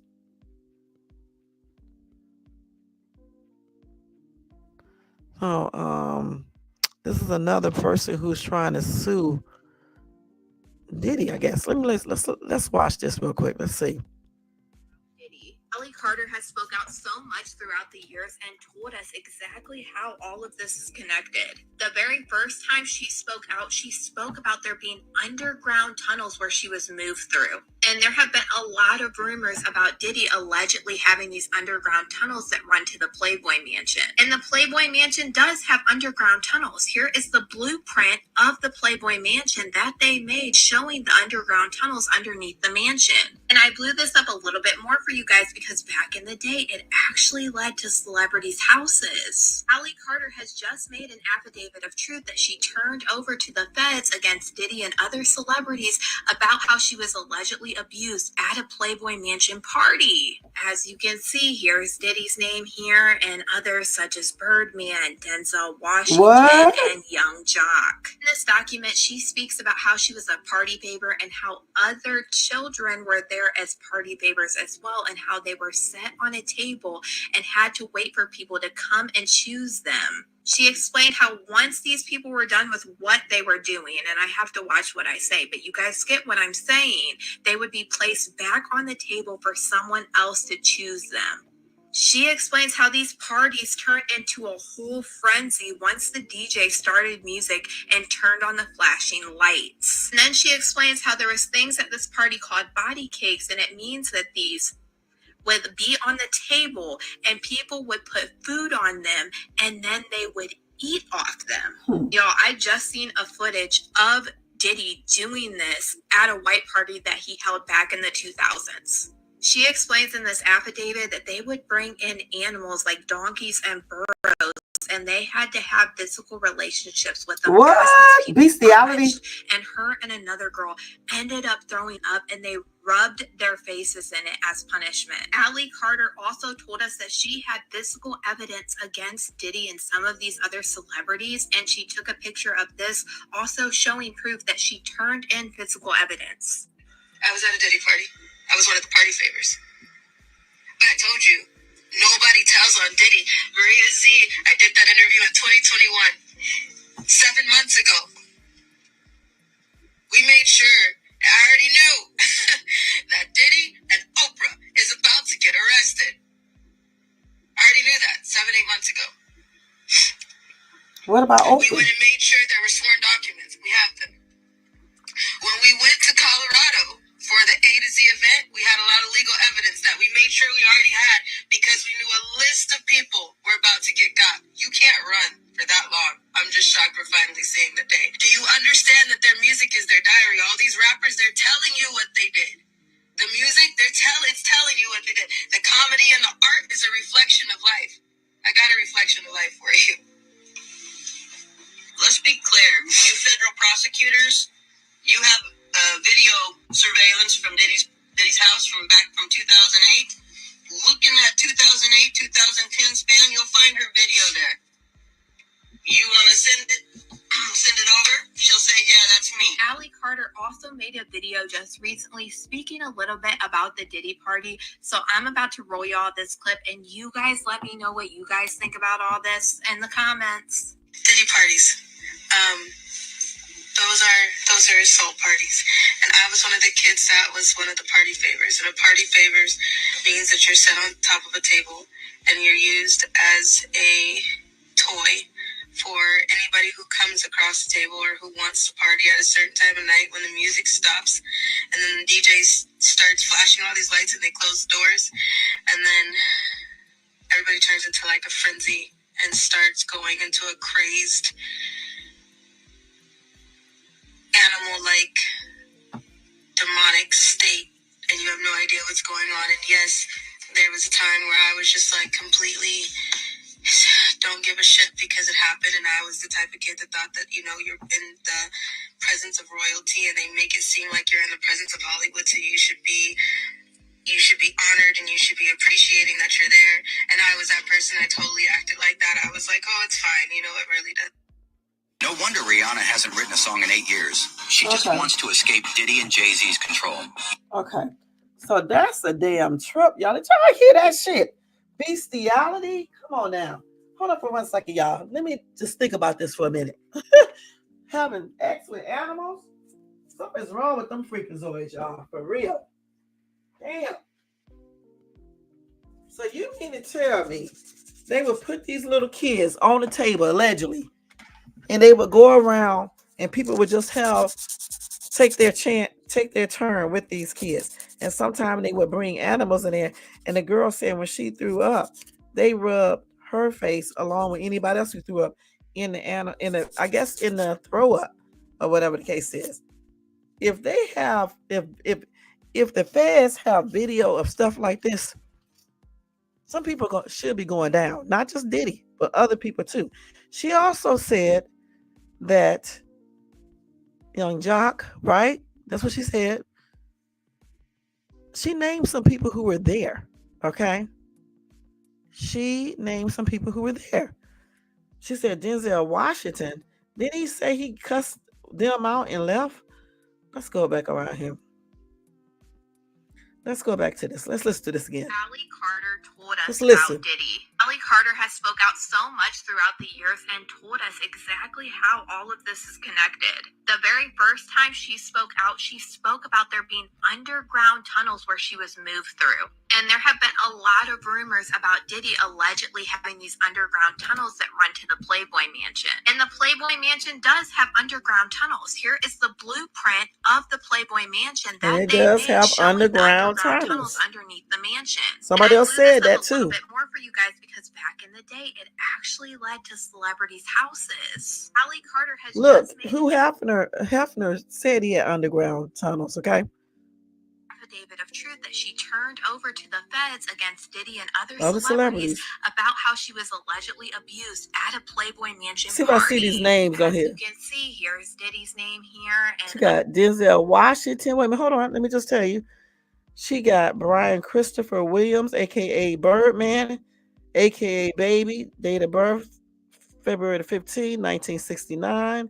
She got Denzel Hayes Washington Jr., Sean Love Combs, a.k.a. Puff Daddy, a.k.a. P. Diddy, a.k.a. Diddy. She got Giselle Amon Robinson, a.k.a. Young Jock name on here. That's crazy, y'all. Such as Birdman, Denzel Washington, and Young Jock. In this document, she speaks about how she was a party favor and how other children were there as party favors as well, and how they were set on a table and had to wait for people to come and choose them. She definitely got this down. Once these people were done with what they were doing, and I have to watch what I say, but you guys get what I'm saying, they would be placed back on the table for someone else to choose them. Okay, that is crazy, y'all. That is absolutely weird as ever. You can't tell me they weren't doing some type of rituals and stuff. You can't tell me that, allegedly. Sounds like it.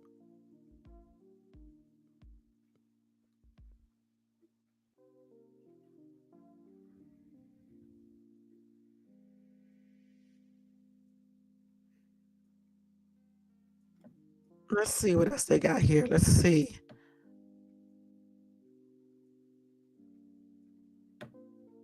Somebody said, this makes me want to vomit to know this and guess the effect it would have on the victims for life and the ones that did it. 90 years is too short of a sentence.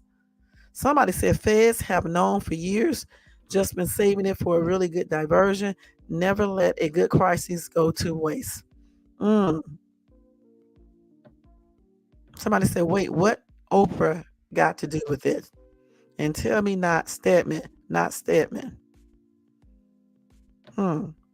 Denzel Washington Jr. That's the son?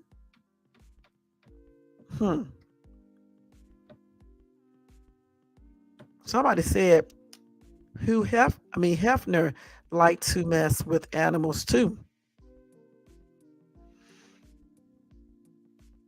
And they said his son, not Denzel Washington, the actor. It's his son. That's why she said Denzel. I didn't catch that junior, the son. This is crazy, man. I don't know why they got Kelly Rowland name up here. Yeah, notice this. They saying she looks like Jay-Z and Kelly Rowland, this lady. And then they quote what Rick Ross said in one of his songs. Rick Ross said, I put Molly in her drink. She ain't know it. See, the thing about it, a lot of these rappers do be rapping about all this stuff and people be listening to it and jamming to it. Okay. So a lot of these music stars, artists are telling you exactly what they do and people still buy their music and dance to it and do everything else to it. Okay. So, if you are buying this music, these people are talking about putting Molly and stuff and she didn't know I did it and things like this. I mean, what is that really saying? You know what I'm saying? But anyway, this is a damn trip, man. This is crazy, man. All right. Okay. So hold on, let me go over here. Okay, so we're gonna end with this Diddy stuff right now, guys. It's so much stuff. It's a hot ass mess. Again, as I get more stuff, I'm gonna be letting you guys know. Now I want to go ahead and talk about R. Kelly, guys. R. Kelly. Let's go ahead and move on to R. Kelly because we already been on here for an hour and 52 minutes. It's 2:06. We don't have too much longer, so let's go ahead and cover R. Kelly real quickly. All right, hold on. Let me do this banner for R. Kelly. I started doing that so people can know what I'm talking about. I forgot to put what's the name of it, but they knew because I said it. Let's see. But I did put Dilly. I did put Diddy name up there.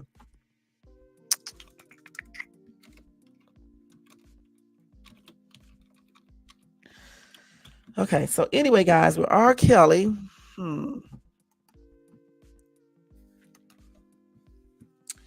his daughter, Buka Abby, claims he actually abused her as a child, but he did not face charges despite her going to the cops.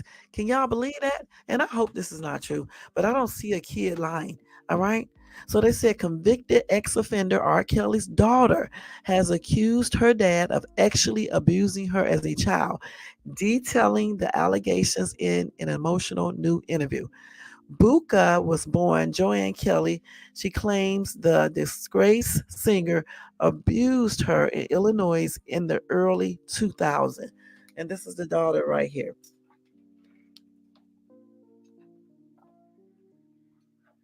I hope this is a lie.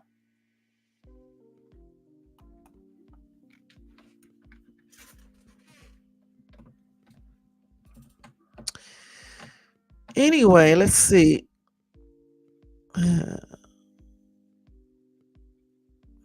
Let's see. So the 26-year-old made the allegation, which Kelly denies in TVEI Network's new two-part documentary, R. Kelly's Karma, A Daughter's Journey.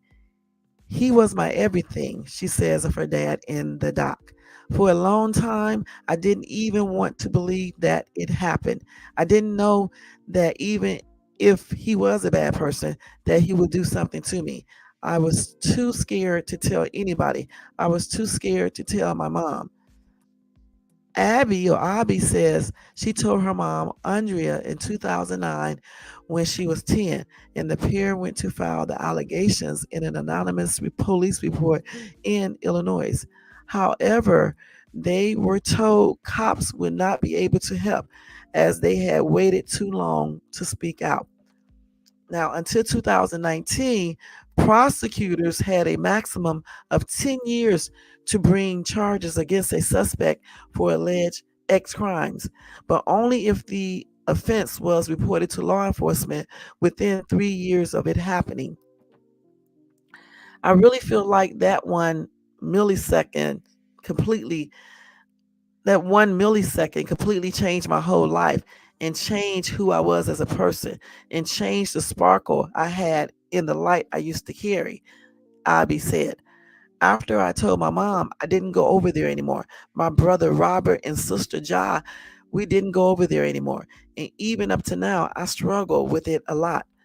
Now, the brave daughter said the alleged abuse happened when she was around 8 or 9 years old. She said, I just remember waking up to him touching me. She says that through tears in the documentary. And I didn't know what to do. So I just kind of laid there and I pretended to be asleep.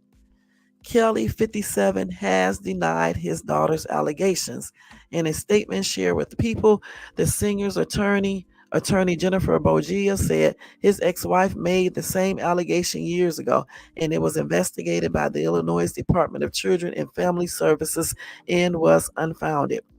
And the filmmakers, whoever they are, did not reach out to Mr. Kelly or his team to even allow him to deny these hurtful claims.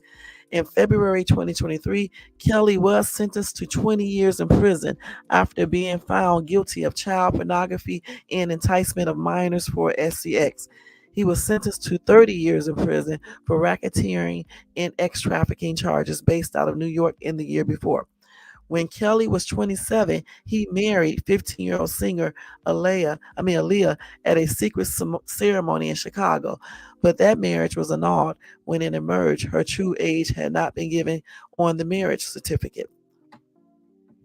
Now, R. Kelly's lawyer, Jennifer Bogia, released the following statement in response to his daughter's allegations. Mr. Kelly denies these allegations. His ex-wife made the same allegations years ago, and it was investigated by the Illinois Department of Children and Family Services and was unfounded. And the filmmakers, whoever they are, did not reach out to Mr. Kelly or his team to even allow him to deny these hurtful claims. Kelly was hit with further allegations of sexual abuse against underage women in 1996, 2001, and 2002. He was charged with 21 counts of making child sexual abuse videos in June 2002, but was acquitted on all counts during a 2008 trial. In 2017, a BuzzFeed investigation claimed Kelly had trapped 6 women in an ex cult. The singer was accused of controlling the women's lives, including what they ate and wore, when they slept, and kept records of their sexual activity. The chilling allegations prompt more accusers to come forward, and in July 2019, Kelly was arrested and charged with ex trafficking offenses. The singer is currently serving 19 years of his 2 sentences at North Carolina's FCI Butler Medium Correctional Facility and will be eligible for release in 2045. The U.S. Sun has reached out to R. Kelly's attorney for comment. Okay. And like always, if you or someone you know is affected by any of these issues raised in the story, call the National Sexual Assault Hotline at 1-800 656 4673. Okay. Again, that's 1-800 656 4673. That's the National Sexual Assault Hotline, 1-800 656 4673. Only one thing. Okay, let's see. Yeah, I hope he didn't do that. If he did, he's worse than I thought. I hope he didn't do it either. That's plainly crazy. But I kind of believe his daughter. I don't know if she's telling the truth, but I mean, I kind of believe her, guys. I really do. Let's read 2 comments. Somebody said, I believe her just because of the time frame. My girlfriend was also actually abused by her uncle starting at around the age of 9. I don't believe someone would just make that up. Another commenter said, yes, I believe her too. I also was actually abused at the age of 9. Still messed up till this day, 42 years old, nothing to lie about. Somebody else said this is a bunch of bullshit. Why in the hell, if you wanted him to pay for hurting you, you would make an anonymous report? And she didn't tell her mother, and everybody stopped going to Dad's house, and Mom didn't ask any questions. Why? This sounds like BS. No, she did tell her mom, and the moms had them stop going to the Dad's house. Okay. But anyway, like I said, I do believe her. And I just believe her, guys. I really do. I mean, I do. And hopefully she's not lying. That's all I can say. So yeah, that's it with the R. Kelly news. I just want to let you guys know that's something, to be looking into. So let's go ahead and finish. Let's see here. So we got that. I'll keep you guys updated on that as well. All right. So Suge Knight, you guys, calls out Snoop Dogg and Jay-Z for not speaking up about Sean Diddy Combs' behavior. He said they all got the tapes. What?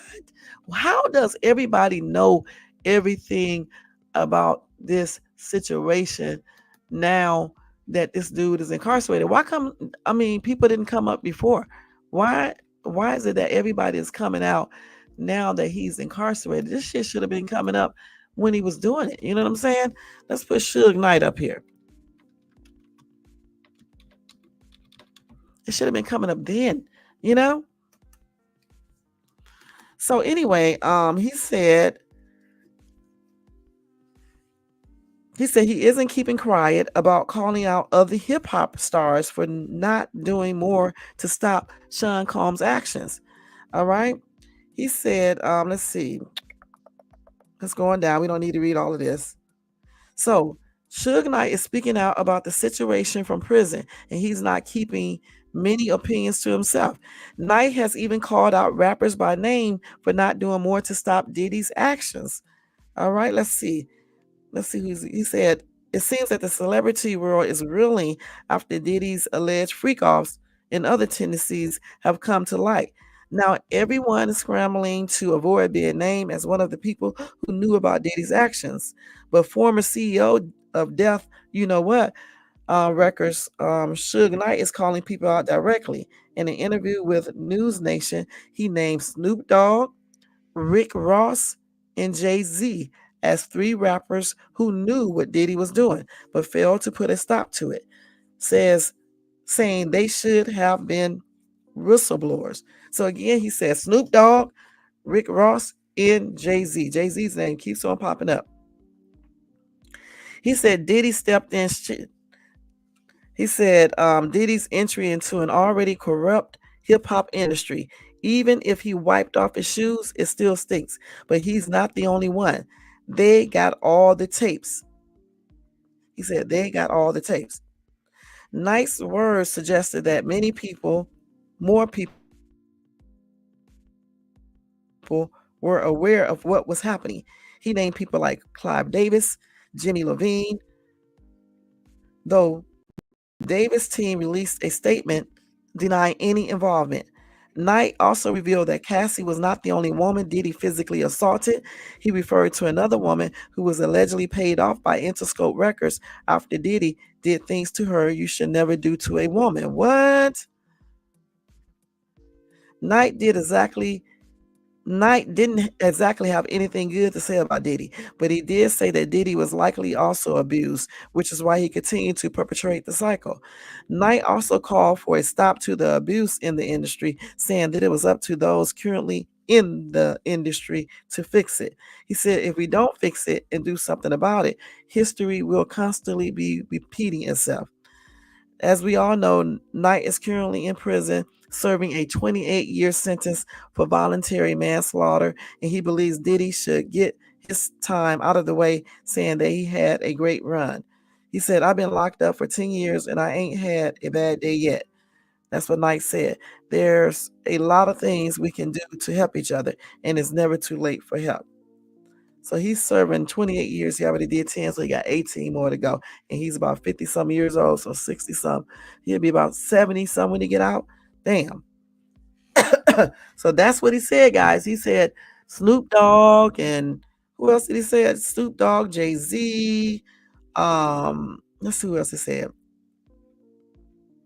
Jimmy Lovine and Clive Davis. He named these people, you guys. He said these people allegedly know what Diddy was doing. And I keep hearing some of these same names over and over again. So that is not a good thing. All right. So let's go ahead and go over what else we got here, guys. All right. That is crazy, man. Some crazy ass stuff.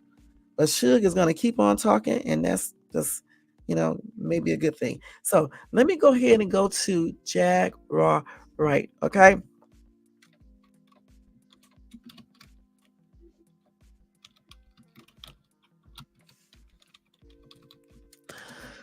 All right, here we go. So anyway, guys, as we know, Jaguar Wright son passed on in 2008, and now many want to know what happened.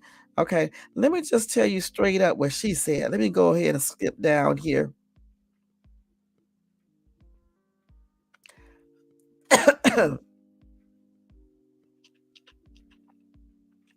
Wait, let me take this off here. Hold on, y'all. Let me see, what did I do with that story right there? Hold on for 1 second. Let me find out. Hold on, let me see, what did I do with that? So Jaguar Wright, y'all, first of all, let me just tell you, Jaguar Wright said her son was taken out because of you know who. So just listen. Let me show y'all this. Can you speak on that? Sure. You said it was your son. He died because of your He was targeted because he's my son. He was working on his EP. I bought Philadelphia for him, so he didn't have to sign to a company because I knew what it was going to do. He interned at Rock Nation, and they approached him to sacrifice me.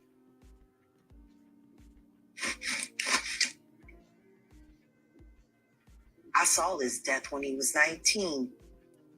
I moved us here to stop it, to prevent it, to avoid it. Right? And it happened anyway. And see, that's when I knew that Kanye's mom, Kanye would have never wanted Donda dead. Not even by natural causes. I was happy when he finally accepted it. Because they sacrifice your loved ones, whether you agree or not. See, sometimes you agree, and they put you in position, But sometimes you disagree. And they take them anyway to show you what the harm is. Giovanni.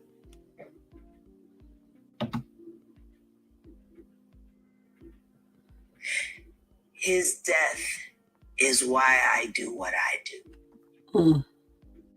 My son died because he was my son. So, let's see what some comments says, y'all, on here. Sure. Oh, let me stop this real quick. So somebody said, this is the reason she's telling all she knows. All was cool till she lost her son. Now the dominoes must fall, and she's willing to take that sacrifice herself. Okay. Somebody says she needs to be protected at all costs. It sure is sad, Jermaine. Somebody said you can see if you pause the clip, she's hurting in pain. Okay. Jesus, please be with this woman. Wrap your arms around her and comfort her. May her son rest in eternal peace. They also used her in the music industry. Let's see.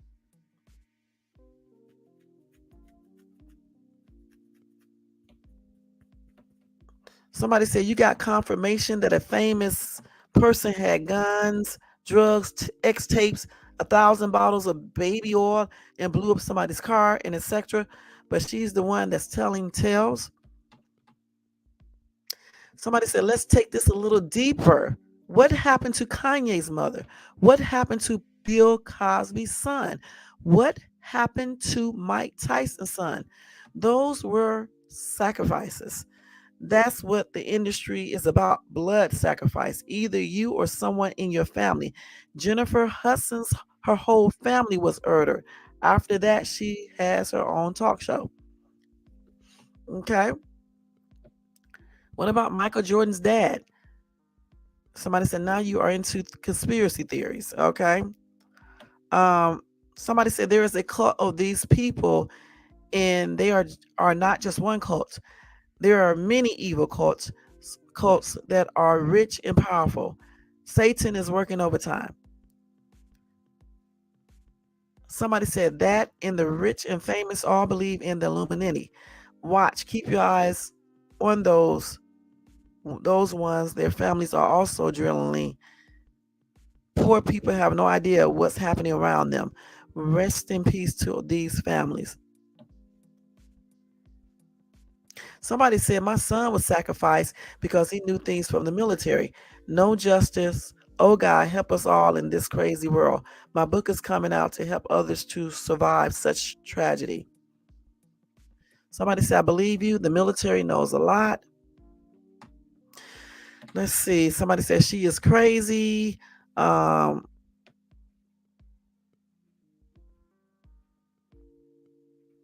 see. Somebody say everyone is giving this lady a platform. How about giving her some mental health? Clearly, something is wrong with her. This is not a sane woman. Exploiting her mental health just to get back at some celebrities is the real harm.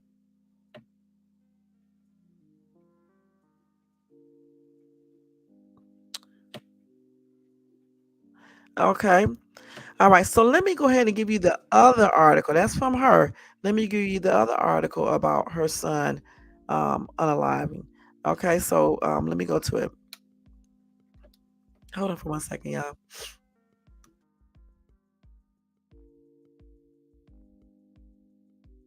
Okay, so let's see.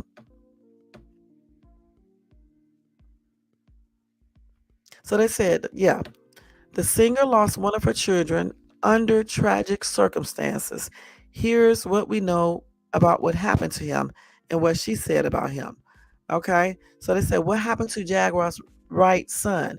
Okay, so Jaguar's son, Giovanni, who was born in the 90s when she was still a teenager, was murdered in Arlington, Texas in 2018.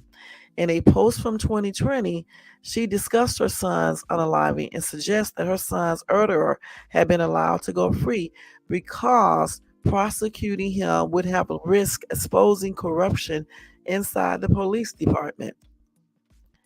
She said, when my son Giovanni was unalive 2 years ago in Arlington, in the back parking lot of the in town suites, a few things became crystal clear to me. Number one, nobody really cares, not even my own family. Number two, those who say they care have a funny way of showing it. And number three, the most important of all is the fact that Tarrant County DA office would rather let a murderer named Khalid go free than prosecute a murderer that would uncover all of the corruption that exists in the Tarrant County public offices. She continued. Now, Ms. Wright continued in the post to demand justice for her son and to ask those who followed her account to help her get it. In more recent years, Ms. Wright has become known in part for her extreme conspiracy theories. Let's see what else they got. Now, according to reporting at the time, Giovanni was fatally shot during a fight at a birthday party outside a hotel. Police said at the time they believed several groups of men had shown up to the party and that some of the men had then gone outside to fight. Giovanni then pulled out a handgun and waved it around before putting it back in his pants. Another man then pulled out a gun and shot him, and Giovanni shot back. So that's what they claim that happens. Okay, now again, Miss Wright says that he was sacrificed. Not yet. Yeah, she says that her son was sacrificed. Okay, period. I don't know. I'm just reading the article and going from there. Now, let's see what else. Let's see what some people said in this comment section.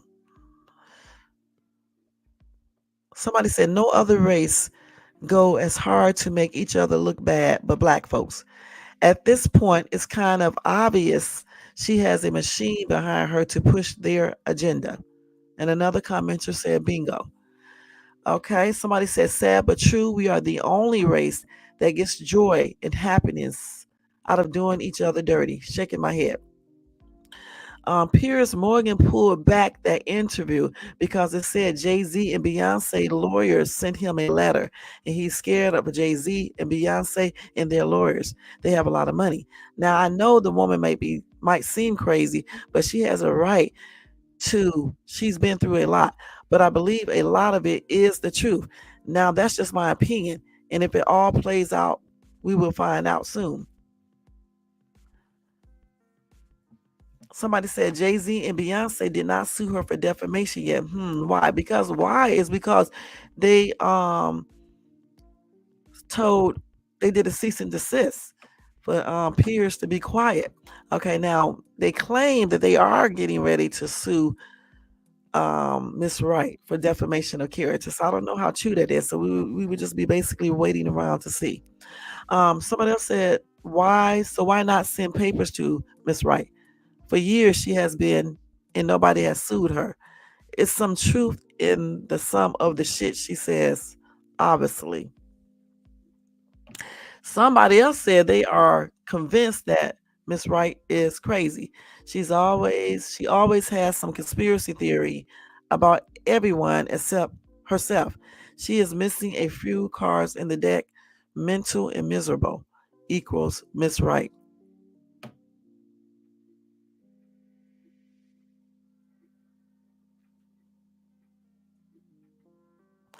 Okay, so somebody said, hey there, I remember when Miss Wright was a singer with the Roots and she did backup for Jay-Z on one of his songs. She says Jay-Z cut her under her arm with a box cutter and she has the scars to prove it.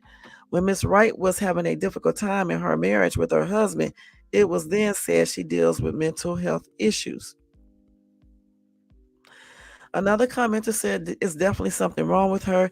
Everything she says, everything she has to say about someone comes from some type of diabolical hatred she has for them, or if they are the current topic of conversation. Did you notice that?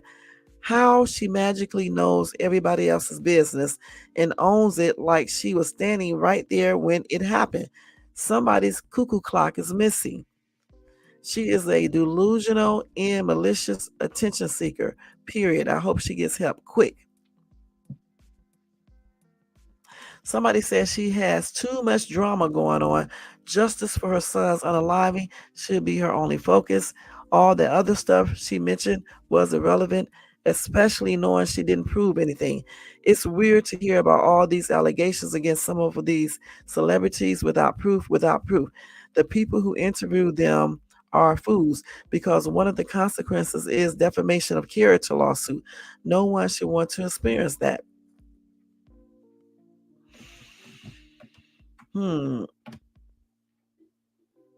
Let's see. Somebody said this woman tells half facts, half gibberish, yet everyone runs with what she says. The Piers Morgan interview, she looked heavily medicated. When she got arrested for keeping a U-Haul truck way past the time given, then took it across state lines, she said, they are out to get me. And would you believe the gullible people in the comments section agreed with her? Somebody said, how do you know it's not true that none after her, if you're a person that was from the 90s? She's been talking about these things. No one was listening to her, so I totally disagree with you. Okay, somebody else called her a Looney Tune. Somebody said that's why she's so bitter today, spreading dangerous lies. She better watch her own back. So the thing is, guys, I believe some of the things she says true. I don't know if I believe every single thing, but I do believe some of the things that she says are true. You know what I'm saying? I mean, you can see some of the things are true when you look at the Diddy situation. Okay. And as the time goes on, and especially in May 2025, you may see some other things revealed. So, like I said, I don't know if she tells the truth about everything she says and where all of this is coming from. But at the same time, I do think she maybe telling truth about some things she said, point blank. I really do believe that. All right. So yeah, it is what it is. My prayers are extended out to her, you know, and may her son continue to rest in peace. Point blank. So Ray J calls out Jaguar Wright over the interview, guys. Let's see. Let's see what he said. Let's see what he said. So Ray J called out Mrs. Wright for choosing to speak with international media instead of engaging with him. He said, "You want to keep taking these other wiggers' money and not showing love to the community." All right. And he stated that in an Instagram post, according to Vibe. He said, "That's some weak, that shit is weak ass FUCK." He urged her to reach out to him so they could discuss the issues at hand, emphasizing the importance of understanding the truth behind her allegations. He also criticized her for avoiding conversations with him while engaging with others from outside the community. So, anyway, her controversial claims are this. Now, during her interview with Piers Morgan, Wright made some serious allegations against both Diddy and Jay-Z. She referred to them as monsters and expressed her frustrations over Jay-Z's silence regarding Diddy's recent legal troubles. She said, "For 4 years, I have been screaming not just Diddy, but Diddy and Jay-Z are monsters. And the victim-making machine kept going on," Wright claimed, reported Vibe. "That changes now, Sean. You must respond. You have no choice," the singer stated, challenging Jay-Z to respond to her allegations.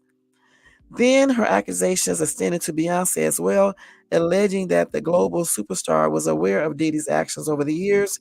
She claimed to have spoken with numerous victims willing to testify against both Jay-Z and Beyonce, describing them as a nasty little couple involved in troubling activities.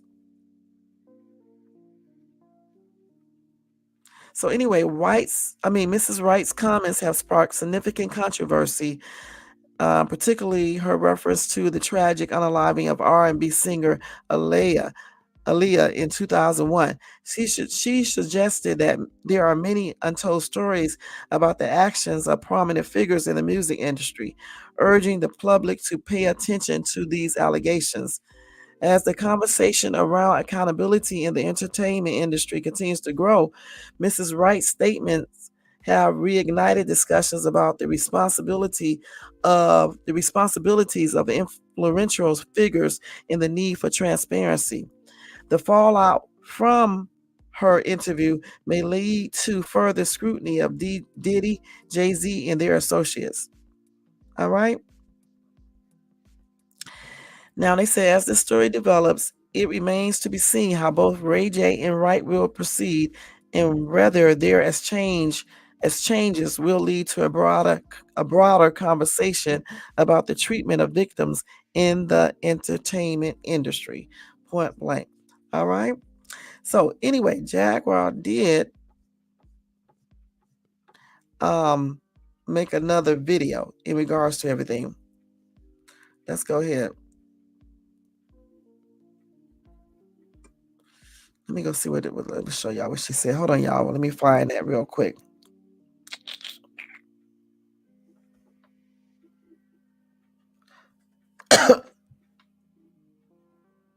Let's see. What did I do with it?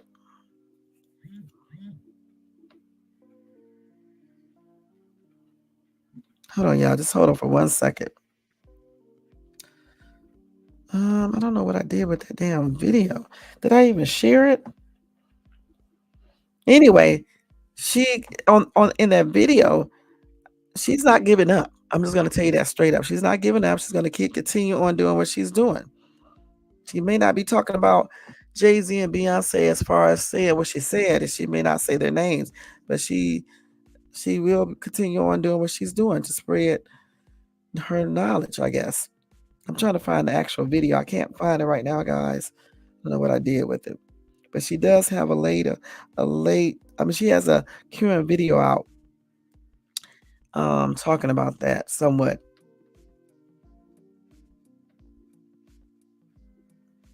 Okay, let's see. I don't see it on here, but yeah. I might have deleted that on mistake. Let's see.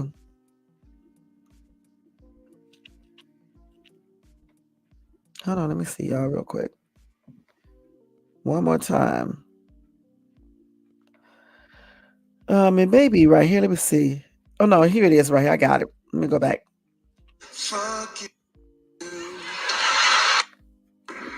Here it is right here. Just listen. Wow. A lot of people are expecting a lot of things. A lot of people are expecting me to say a lot of things. What is there to say? Really? Damn. The next one will be made. That I promise you. That's crazy. But let's look at what has actually happened. 7 days since Piers Morgan interview. I didn't ask for that interview. They asked to speak with me. I spoke no differently than I speak any other time.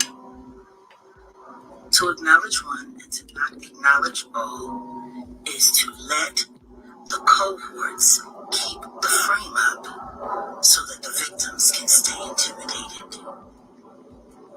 To ask someone who's known as a whistleblower to come on your platform. Well, a lot of people are expecting a lot of things. Okay, so there you go. Expecting me to say a lot of things. What is there to say? Check. The next one will be made. That I promise you. But let's look at what has actually happened. 7 days since Piers Morgan interview. I didn't ask for that interview. They asked to speak with me. I spoke no differently than I speak any other time. To acknowledge one and to not acknowledge all is to let the cohorts keep the frame up so that the victims can stay intimidated.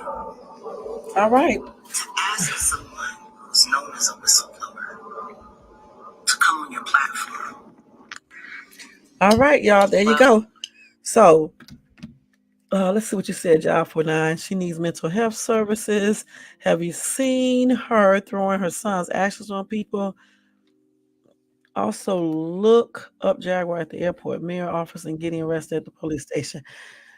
Yeah, I'm gonna have to check all of those out. Like I said before, I don't believe every single word, but I do believe some things she says. And she could be, dealing with some things, but I still believe she tells some truth. Not every single thing, but I do believe she tells some truth. Somebody said, if it were lies, why would Jay-Z and Beyonce get their lawyers involved so quickly? She was talking facts. Let's see what people are saying. Somebody said, how do we know these are facts? Somebody said, if it were lies, you would ignore the fact that they got their lawyers involved so quickly. It looks a little suspect. Not necessarily. People don't like people lying on them. Okay, it doesn't mean that it's true all the time. Now, sometimes it does, but sometimes it's not true. Listen. You don't want people defaming your character. Okay, even if you're not a star. When somebody, it's just like on social media. When somebody gets up on social media, right, and lie about you and call you things that you're not, you may want to, attack that person back. And that doesn't mean that you're guilty. You see what I'm saying? It's just that you don't want people spreading around false things about you, making people look at you in a certain type of way, and that's not you. Okay? So Beyonce and Jay-Z could be that. I don't know for sure. You know, we did see some pictures. We don't know if those pictures are edited though. You know, but the thing is, anything can be possible. Okay, point blank, anything.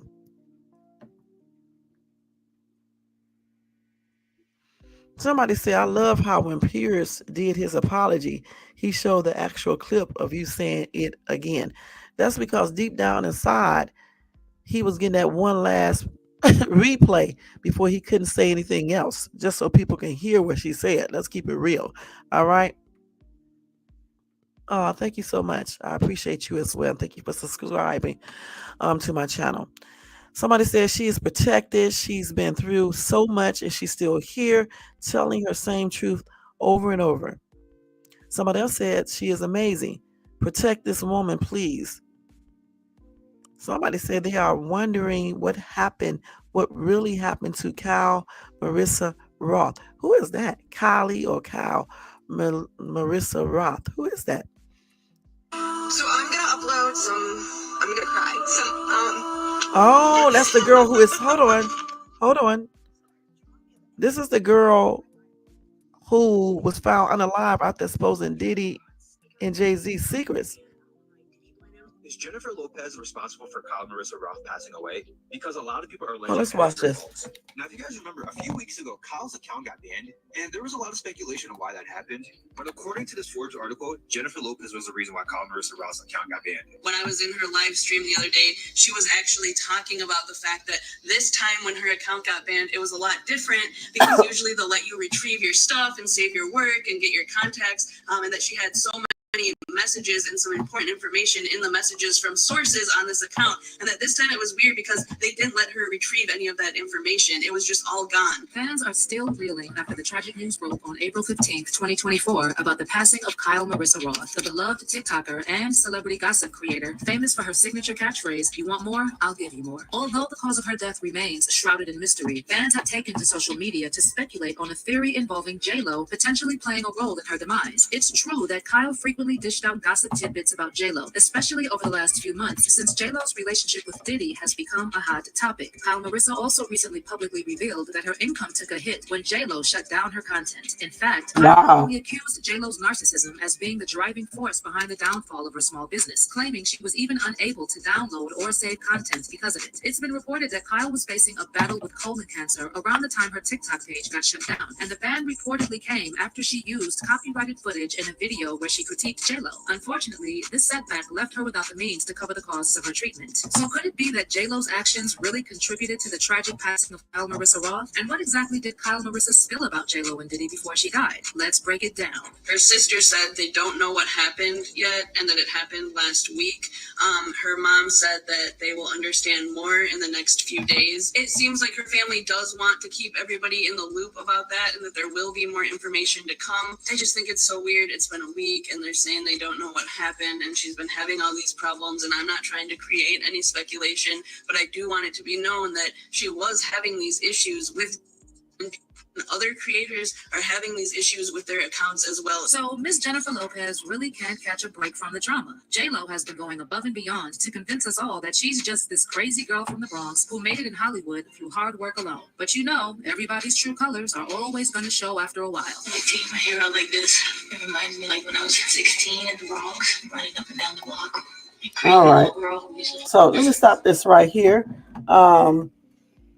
All these people just becoming unalive, you know. I don't know, guys. I don't know, because at the same time, how did when they found her unalive? How did they find her? I mean, what happened to her? That's what I'm trying to say. Somebody said when you expose these elites, you better have a good hideout and security.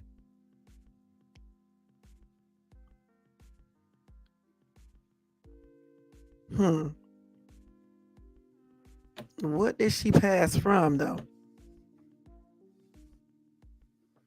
Somebody said, how did they unalive her but did not touch the ones that was giving up the tea? Right. Why would they touch her? Somebody said she had cancer. That's what unalived her, point blank.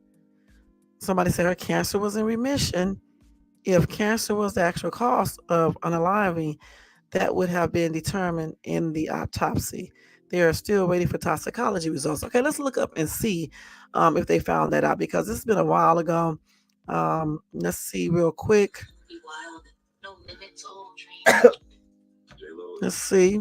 Robbed me of everything, and if I die of cold cancer. This is what Kyle Marissa had to say about J-Lo just 2 Okay, so let's see. Cal, Melissa, Marissa Roth. Okay, let's do this real quick. Expecting a lot of things. Let's get off of Jaguar real quick and let's go over here to this. I don't want to go to TikTok. Let's go to Google. I want to see what she passed on from. Okay, real quick. Okay, that's the way you have to go. You have to go look up stuff because everything is a conspiracy theory with everybody, and a lot of times. Let's see.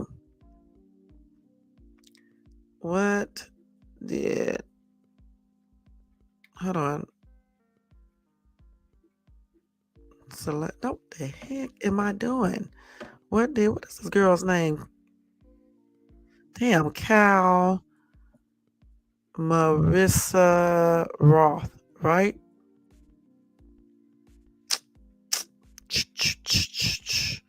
Let's see. Let's see what she passed on for. She had cardiac. They just updated this. August the 20th, 2024. It was cardiac arrhythmia or irregular heartbeat. Okay. Now, granted, that's suspicious. And it was from myocardial fibrosis or scarring of heart tissues. She was only 36 years old, too.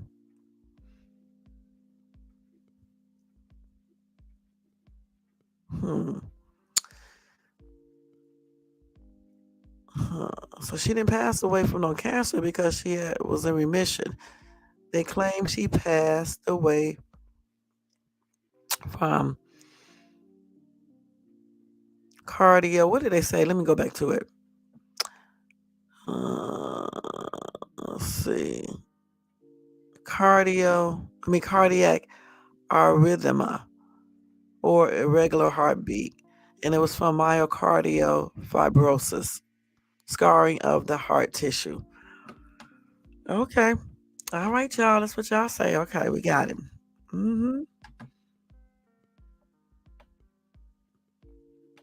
All right.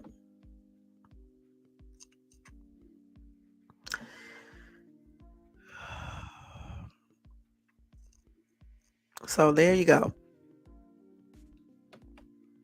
I don't see any other comments either. So there you go. That's what they said she passed off from, y'all. And that's from the autopsy report. She was 36 years old as well. Chief medical examiner said that after they did their report. Her heartbeat was beating too fast or too slow or inconsistently. All right. And that's according to the Mayo Clinic. Yeah. So there you go. All right.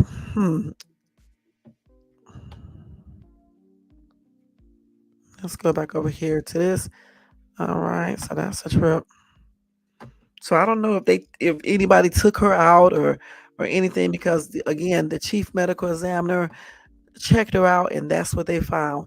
And those are actual, conditions, So I don't think nobody took her out. I think she passed on just from what they said. I mean, the medical examiner, the chief medical examiner would have to be in on this. You see what I'm saying? Okay. So I think I covered everything. Yeah, I think I did, you guys. All of that stuff anyway. And of course, Sean Combs continues to his I know. No, they didn't. What they said is that they thought she did at first, okay? But she was in remission. All right. So she didn't pass on from colon cancer or any type of cancer. She passed on from the irregular heartbeat coming from the cardio something, scarring of the heart tissues, okay? So that's what she passed on from. Her heartbeat probably was going too fast or either too slow or whatever. and she has scarring of the heart tissue. At least that's what they claim anyway. All right. We would never know 100%. Again, if it is some type of weirdness, then that would mean that other people are involved, like the damn chief medical examiner, allegedly. So I don't know about all that. Hold on for 1 second, y'all. So yeah, I do not know about all that. So anyway, let me take this down right here. So we went over everybody's stuff. Let me take Jaguar Wright name down. Okay. Let's put it back up here. This up here. And I'm gonna give you a couple stories and then we get ready to get out of here, y'all. Because we've been on here for 2 hours and 40 minutes. 3 hours is gonna be it. So let's go ahead and hurry up and do this fuckery news. That's some fuckery news. All the other stuff I went over too, especially that Diddy stuff. That was some fuckery stuff too, y'all. I'm not gonna lie. All right. So let's see here. So this is some fuckery news, y'all. A woman shot her sister in the back of her head before taking Lyft to Publix, calling 911 and trying to pin the murder on her husband's pregnant girlfriend. What the heck? People crazy, y'all. This is some straight up fuckery, and that's on everything. So this is the lady right here. So y'all can see.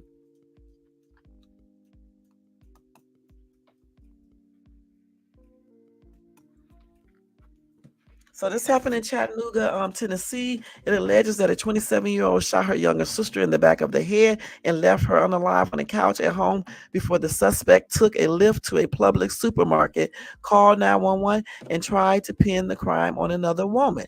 Crazy ass. So anyway, the Hamilton County Sheriff's Office investigation began after lunch on Thursday when a woman called 911 from Publix and purported to confess committing to a murder at a home located on a cul-de-sac at the end of Thrush Hollow Lane. That caller allegedly tried to pass herself off as the pregnant girlfriend of Moore's husband. That's according to local NBC affiliate WRCB. All right. Anyway, that did not work, as the suspect named by authorities as Brittany Moore Harmon, but listed in jail in court records under the name Brittany Nicole Harmon is now charged with murder. Now, after the 911 call, the victim, identified in some places as 25-year-old Brianna Harmon and in others as Brianna, was found fatally shot on a couch at home. The defendant reportedly claimed she was asleep on the couch with the victim before seeing her sister get up to use the phone that morning. In other words, the suspect allegedly claimed that before she went to Publix, her sister was still alive at home. At the start, the sheriff's office only said it was conducting a unaliving investigation and that there was no broader threat to the community since a suspect was already detained. In an update, deputies identified their suspect and called the shooting an isolated incident. So anyway, WRCB shed more light on how authorities came to the conclusion about the identity of the shooter and the nature of the crime. Now, Moore was allegedly caught on a neighbor's Ring camera at the crime scene when the shooting unfolded and caught on public surveillance video. While Moore allegedly claimed to be her husband's pregnant girlfriend and claimed to be calling from a fast access healthcare clinic.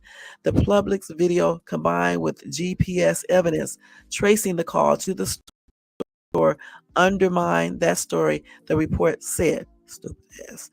Hamilton County General Sections court records reviewed by Law and Crime show that Moore is expected in court at 8:30 a.m. on October the 21st. Court records also show that Moore has faced several other cases from 2017, 18, 20, 22, and at the start of 2024, whether for theft, aggravated arson, improper use of 911, or making false reports.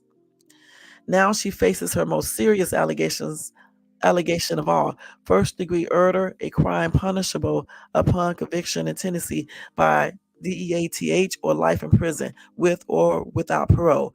It's not immediately clear if the accused has a defense lawyer. So again, this woman shot her sister in the back of the head before taking a lift to Publix, calling 911 and trying to pin that murder on her husband's pregnant girlfriend. That's crazy. I don't know what possessed her to do all this. Maybe she didn't like her sister or whatever the case is. Just plainly weird. Somebody said, so you're mad because your husband got another woman pregnant and her solution was to unalive her sister and try and pin it on another woman. What the F? Every time that you think that you have heard it all.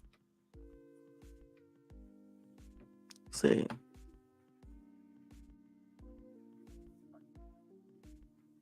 I don't see. She must have changed. Okay. So somebody said, just to recap, she shot her own flesh and blood sister in the back of the head, unalived her, then called and pretended to be the pregnant girlfriend of her husband. While on the way to Publix, hot ghetto dumb ass mess, not the smartest potato in the patch. She actually put this together in that wasted gray matter between her ears. Yep, lock her up. Dangerous, dumb, and emotional. Never a good mix. Hope the husband and his new baby mama all the luck with the new baby. Do better, partner equals you, the one who should have got the bullet. Can't even imagine how that funeral is going to go. Sad, dumb, chicken head story. Okay.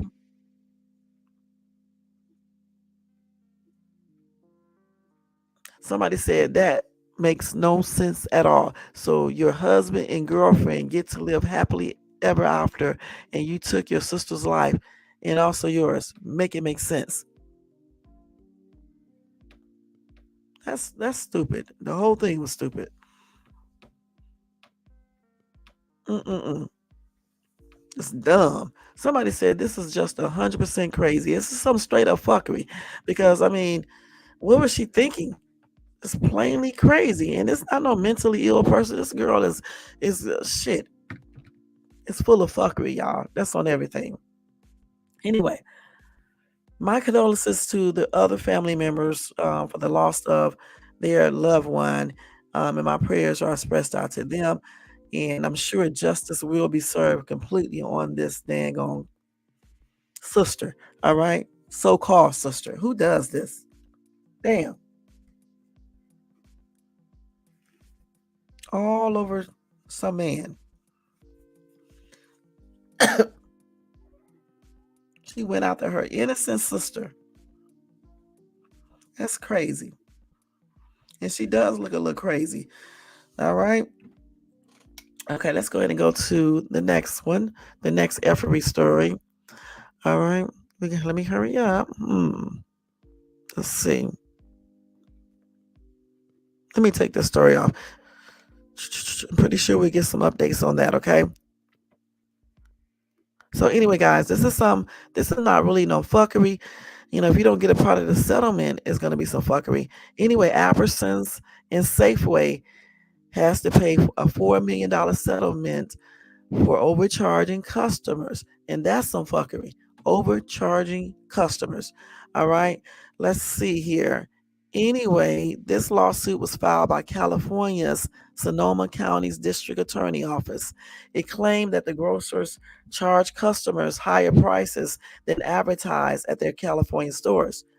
They was also accused of labeling products wrong. You know, the product weights wrong, particularly on items sold by weight like produce, meats, produce, that's how you say it, meats and baked goods. Resulting in consumers receiving less than what was indicated on the labels. All right. So I don't know. Let me see how you can get to that lawsuit. Let's see.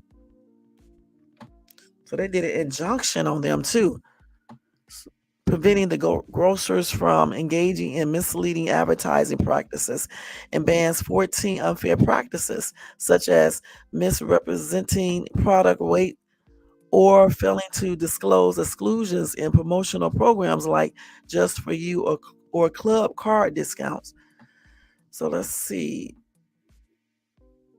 So they said that as part of the settlement, Safeway, Albertsons, and Vons are required to implement a price accuracy program. This program will compensate customers up to $5 if they report discrepancies between advertised prices and prices in why do they got prices? Isn't it just advertised price in checkout price? The goal is to ensure consumers are charged the correct price moving forward. Okay, let's see. And they operate 589 stores across California. So it's Vons. What's the other one? I said Vons, Albertson, and Safeway, I think. Let's see here. So they talk, how do you get this damn settlement stuff? They don't even have the link on here. Let's see. So I don't see a link. So I guess you can just type in Albertsons, Safeway, and Vons $4 million settlement to see. I don't know if they're giving out people anything or what, but you can just type that into Google and see what you can find in order to file a claim because they did not include a link like people are complaining about in this comment section. So just type that into Google, say the settlement for that, and then the link should be popping up so you can apply for your part of the pie. It's Albertsons, Safeway, in Vons. Type that in, settlement, $4 million settlement. Okay, so that's some fucking with how they was overcharging people, and I may have to see about that myself. All right, let's see. I don't know. I never even paid attention to J-Lo, honestly. I'm gonna be perfectly honest about that. Yeah, she's a stupid ass, okay? For sure. J-Lo is a whole nother story. I don't know. I never really thought about her, you know?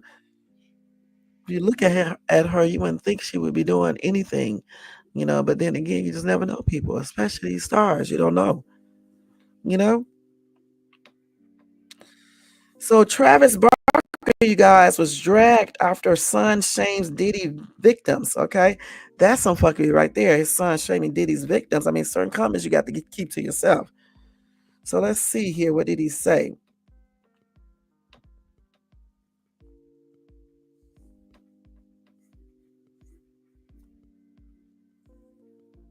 Let's see what he said.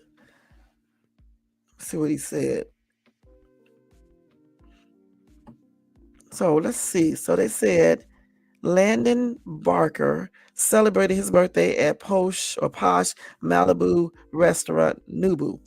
However,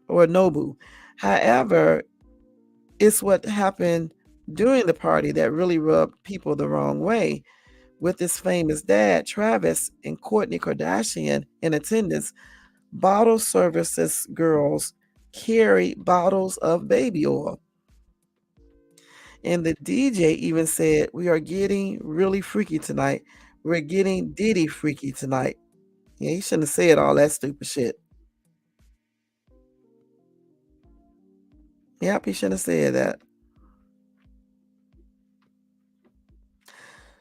Somebody said with everything going on right now regarding the ongoing Diddy scandal, many commenters saw these antics as deeply offensive and as at best extremely poor taste.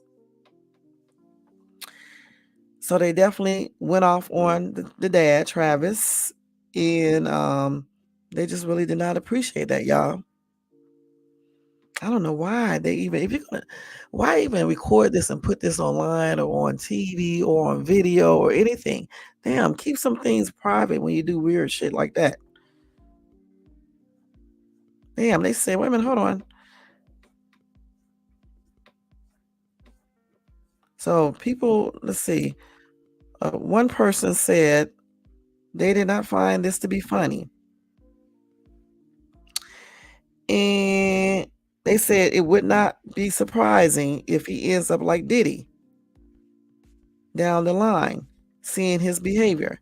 Not to mention he was also hosting an all-white party just like Diddy did.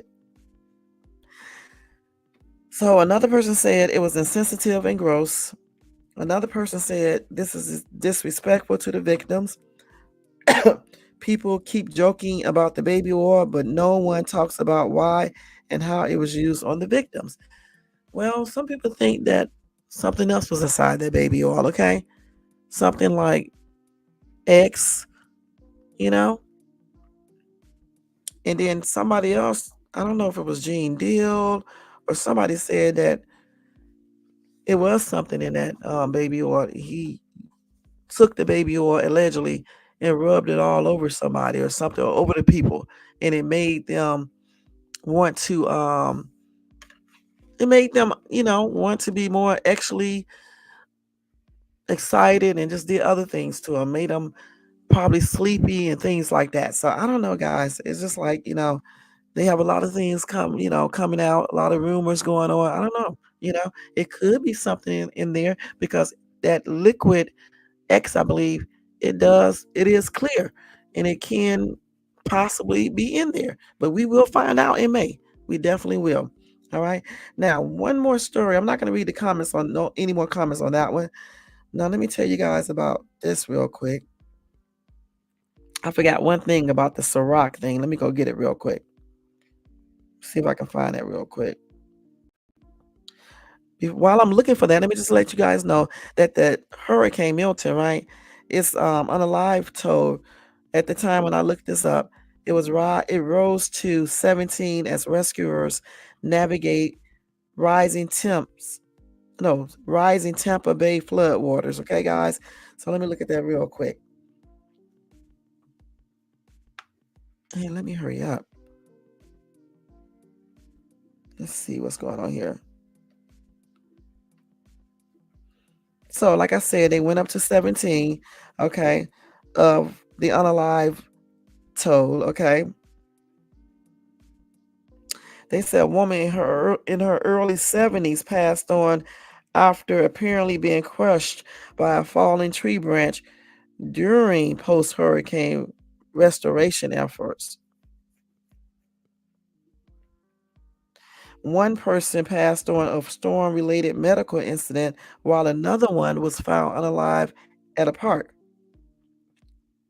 So they said one of the biggest issues were the millions of homes and businesses still without power and the extensive flooding in the Tampa area. They said that Milton's winds had toppled a construction crane into the structure, into Tampa Bay Times building. All right. They said Tampa Bay did not get the worst case scenario, but they did get hit, and they are going to have to work to bounce back. And they said that they did escape a much feared catastrophic storm surge, so that's a good thing. But they did have heavy rainfall and high winds, okay? The winds went up to 115 miles per hour. It was a Category 3 storm, all right? And they are doing a massive cleanup right now and an assessment.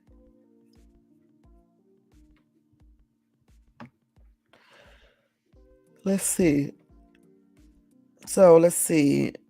And even after the storm left, that area, they said major flooding still continued to increase in many different areas throughout Hillsborough County, creating dangerous conditions for residents in those areas.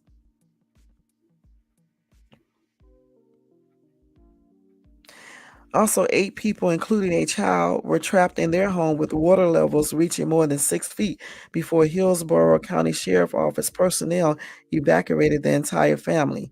Okay, so that's a good thing. Also, 147 people were rescued and evacuated from floodwaters at an assisted living facility and apartment complex inside of a car. As of Friday morning, about 2.4 million Florida people remain without power, while some 1.65 million accounts had been restored. 140 animals have been rescued, and 1,200 people have been rescued too. They have about 1,600 personnel were actively deployed across the state. That's the Florida National Guard. Okay. So anyway, my prayers are extended out to everybody there who is affected by Milton, and wherever else people were affected by Milton. My prayers are with them as well. All right, and my blessings are with them as well. And people who lost relatives or friends in the storm, my condolences are expressed out to them, and may those people that were unalive rest in peace. And my prayers are extended out to them as well, to the people who lost loved ones and friends and family in this in Milton storm, the hurricane. All right. Okay. So let's go ahead. Let me tell y'all this other thing real quick, and then we're going to get ready to get out of here. These people just be going over the same stuff. Let's see. Let me find it real quick, y'all, because I forgot where it's at. Okay, we already did this crazy stuff. Let me see the Ciroc thing. I forgot to tell you guys about that. Wait a minute. Let me see. Hold on for 1 second, y'all. Let me find it. Okay, that's something else. Okay. So yeah, Damian Dash claims Diddy was spiking Ciroc to make people gay. This is some fuckery news right here. I just wanted to tell you guys about that. Anyway, so let's see. It could be true though. It could be true. So let's see. We're not going to read the whole background because I'm just telling you FRE news. So, okay, during a conversation on his America New Network, Dash declared, "What's crazy to me is if his hustle is putting stuff in people's drink, he made a liquor. I mean, that's the illest shit in the world, that everyone was partying and you don't know what was in that drink." Dash stated that if the allegations are true and the bad boy founder did actually abuse unconscious people at his parties, then he must have used some sort of drug, clarifying if he was undercover GAY, because I didn't know it. And obviously, if he was knocking men out and they were waking up violated, he's making somebody GAY that doesn't want to be GAY. So I'm like, what was in them drinks? And then he started speaking about the lack of masculinity in contemporary hip hop, and expressed his disdain for the outlandish fashions that was ushered in and made acceptable during the 2010s. He said that. So Damian Dash said, and then I'm starting to think, damn, when did hip hop start to lose its masculinity? No disrespect to nobody, but tough niggas started wearing dresses and pocketbooks. I'm just thinking it though.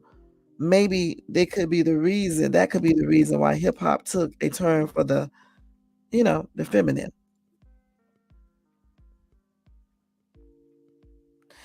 And then Dash reflected on all the allegations made against Diddy and asked how the people around him trusted him to make drinks, knowing what they allegedly did. If homie was really putting shit in people's drinks and he's making the liquor, I'm not even saying it to be funny, but they saying he was putting shit in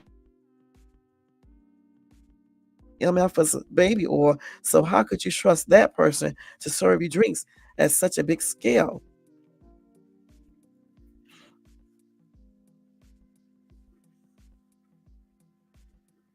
And then he reflected on a 2020 appearance he had on the Drink Champs podcast with Noriega. What's that boy's name? Noriega and DJ EFN or Effin. More specifically, he focused on the former's eagerness to drink Ciroc and pointed to the end result as a potential proof that Diddy's beverage is dodgy. He said Noriega was pushing him to drink the vodkas, stating, "I'm like, nah, I brought my own liquor. I made him take shots of Ciroc, and then he ended up getting too drunk, talking about take your shirt off. It's on tape." So he told him to take off his shirt, And so, I mean, that's weird.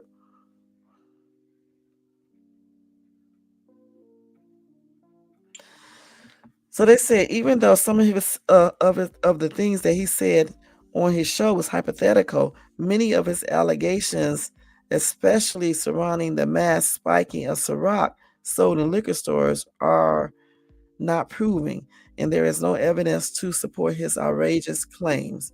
Okay, there you go. Anyway, that's what he said. It's some effery if this is true. It's some effery if it's not, because then you're spreading crazy rumors. So the thing about it is that we just don't know. But that damn baby oil is suspect. That's on everything. That baby oil is suspect. For real, for real. Okay, it's suspect as hell. So y'all, this woman calls the police after 100 or either 1,000 raccoons was surrounding her yard. That's some straight up fuckery, y'all. And if I didn't get off the damn page, I would have showed you these raccoons. Here they go right here. Let me see if I can show it. Damn, it switched so quick, man. I hate when they do that. Let's see if I can go back to it. Let me just type it into here. And then we get ready to get out of here. Let's do this. Is some funny news right here. Well, I was going to show you the man who changed to a dog, but I'll show that to y'all next time. Hold on. In ladies' yard. Okay, let's see. Yep, this Washington woman called sheriff after 100 raccoons invaded her yard. So this is her yard right here. Let me show y'all. And then I can't show. Let me show it on I can't show it on here, y'all. Let me show it on TikTok. Let's go to TikTok. 100 raccoons. Let's go to TikTok. TikTok. Damn, hold on. Let me see it, y'all. Hold on.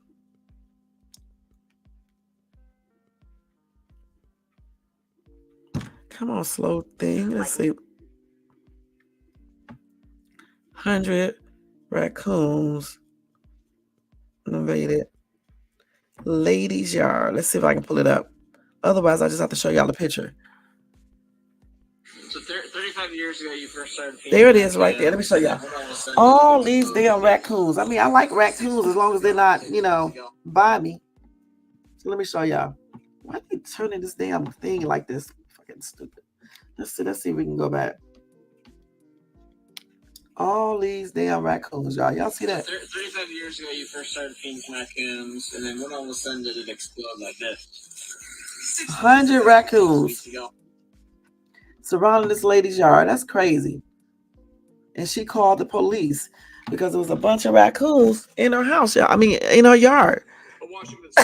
So here she go right here. Sorry about that, y'all. Coughing in the screen. Raccoons surrounded her home. Or was it just a group of teenagers? Yeah, maybe. You can tell. We don't know. Yeah, they were wearing masks, so you can tell they're up to no good. I knew you had jokes. Look at that. You did.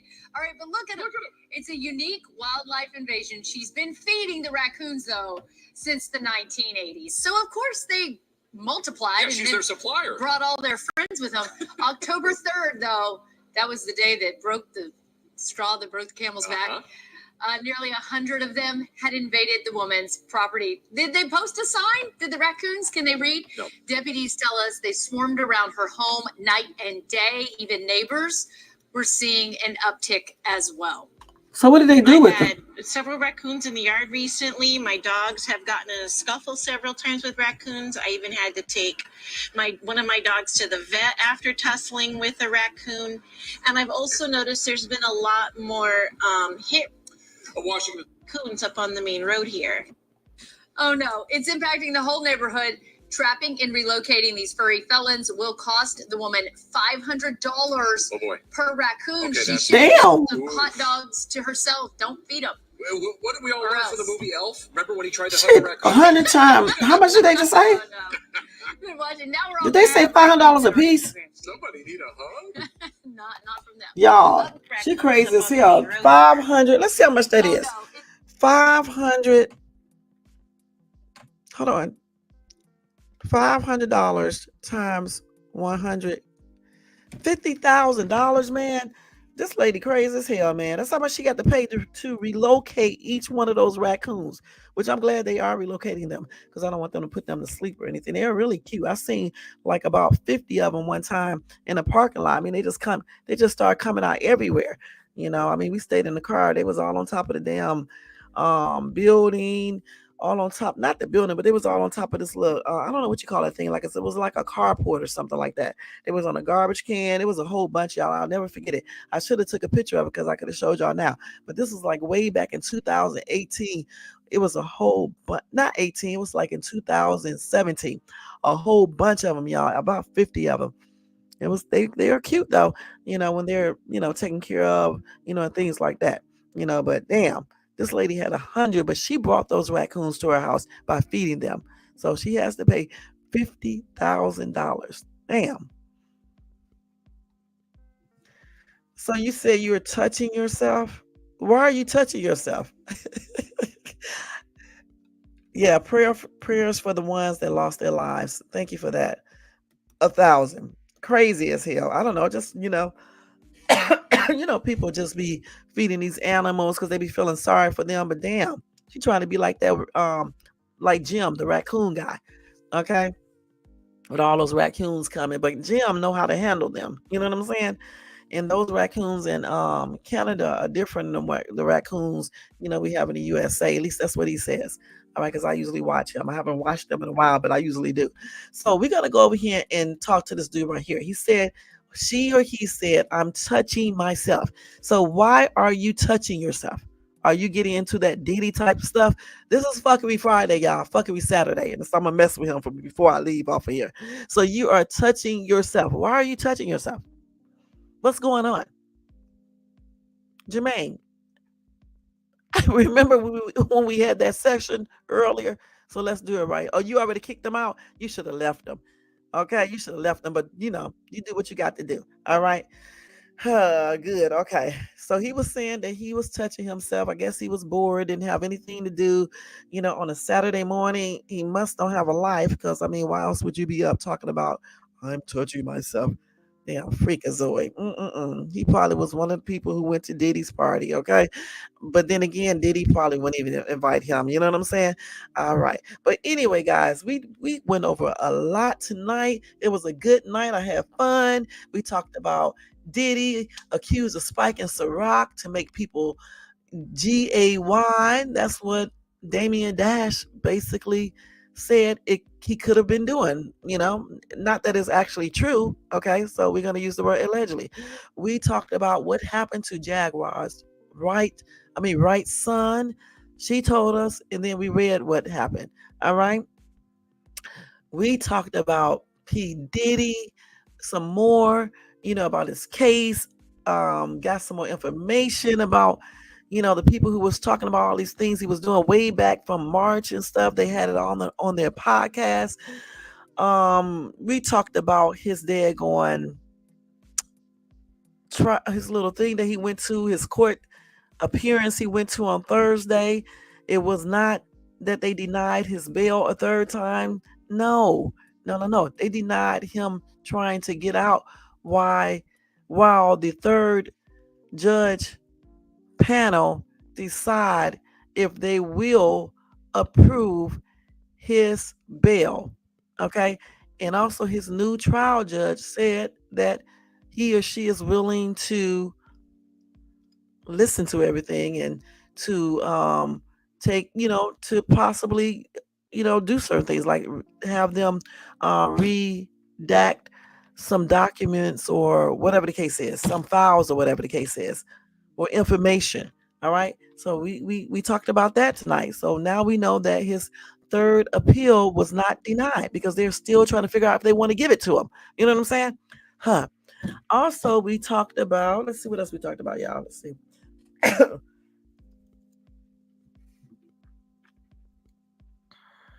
We went over his first appearance in his prison uniform. We saw a sketch of that. Let's see. We talked about the Albertson Safeway bond settlement. Gotta get a piece of that pie. All right. We said that Ali Carter names Beyonce in latest video. We also looked at some pictures that they claim is allegedly Beyonce, Jay-Z, Diddy, and whomever else. I don't know if these pictures are real. That's why we're gonna say allegedly, okay? We talked about Travis Barker's son, okay, what he did. We talked about we played Jaguar Wright's little statement she made about the Piers Morgan situation, how he got up there and apologized. We talked about Hurricane Milton, okay? Let's see. Okay, let me think.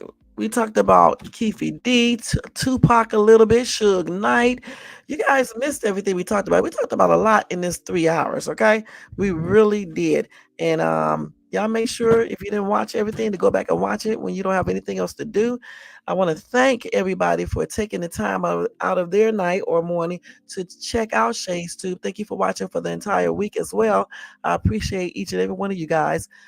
Y'all don't forget to thumbs up this video, okay? And subscribe to the channel, all right? And hit that bell notifications so you can be notified of any upcoming videos, okay? So again, make sure you like, you subscribe, and hit that bell, share, and comment. You don't really have to share this long ass video, but at least if you watch it, just thumbs up and subscribe to the channel. Welcome to all my new subbies. Thank you to all my subbies that's been with me for the longest. I appreciate each and every one of you guys. All right. We did not talk about Javion McGee today because I really don't have any updates on his case or anything, guys. I don't want to keep on going over the same thing. If I do get any updates, I am going to let you guys know about it. Again, justice for Javion McGee, y'all. I'm never going to forget this case, okay? Because I think he did not unalive himself, point blank. And I do hope that his parents are doing everything that they can to prove that he did not unalive himself and to seek justice for Javion completely and for the family as well. And like I said, if I do get any more updates on him regarding his case, I will let you guys know. All right, point blank. Let's go over here and do the roll call. Okay, I want to say thank you to everybody in the chat for one thing, okay? Jermaine, my mod, thank you so much for being a good mod and getting me all that information. You rock, my dude. You rock. All right. Also, I want to thank John K for coming in here, giving us some knowledge, some additional knowledge.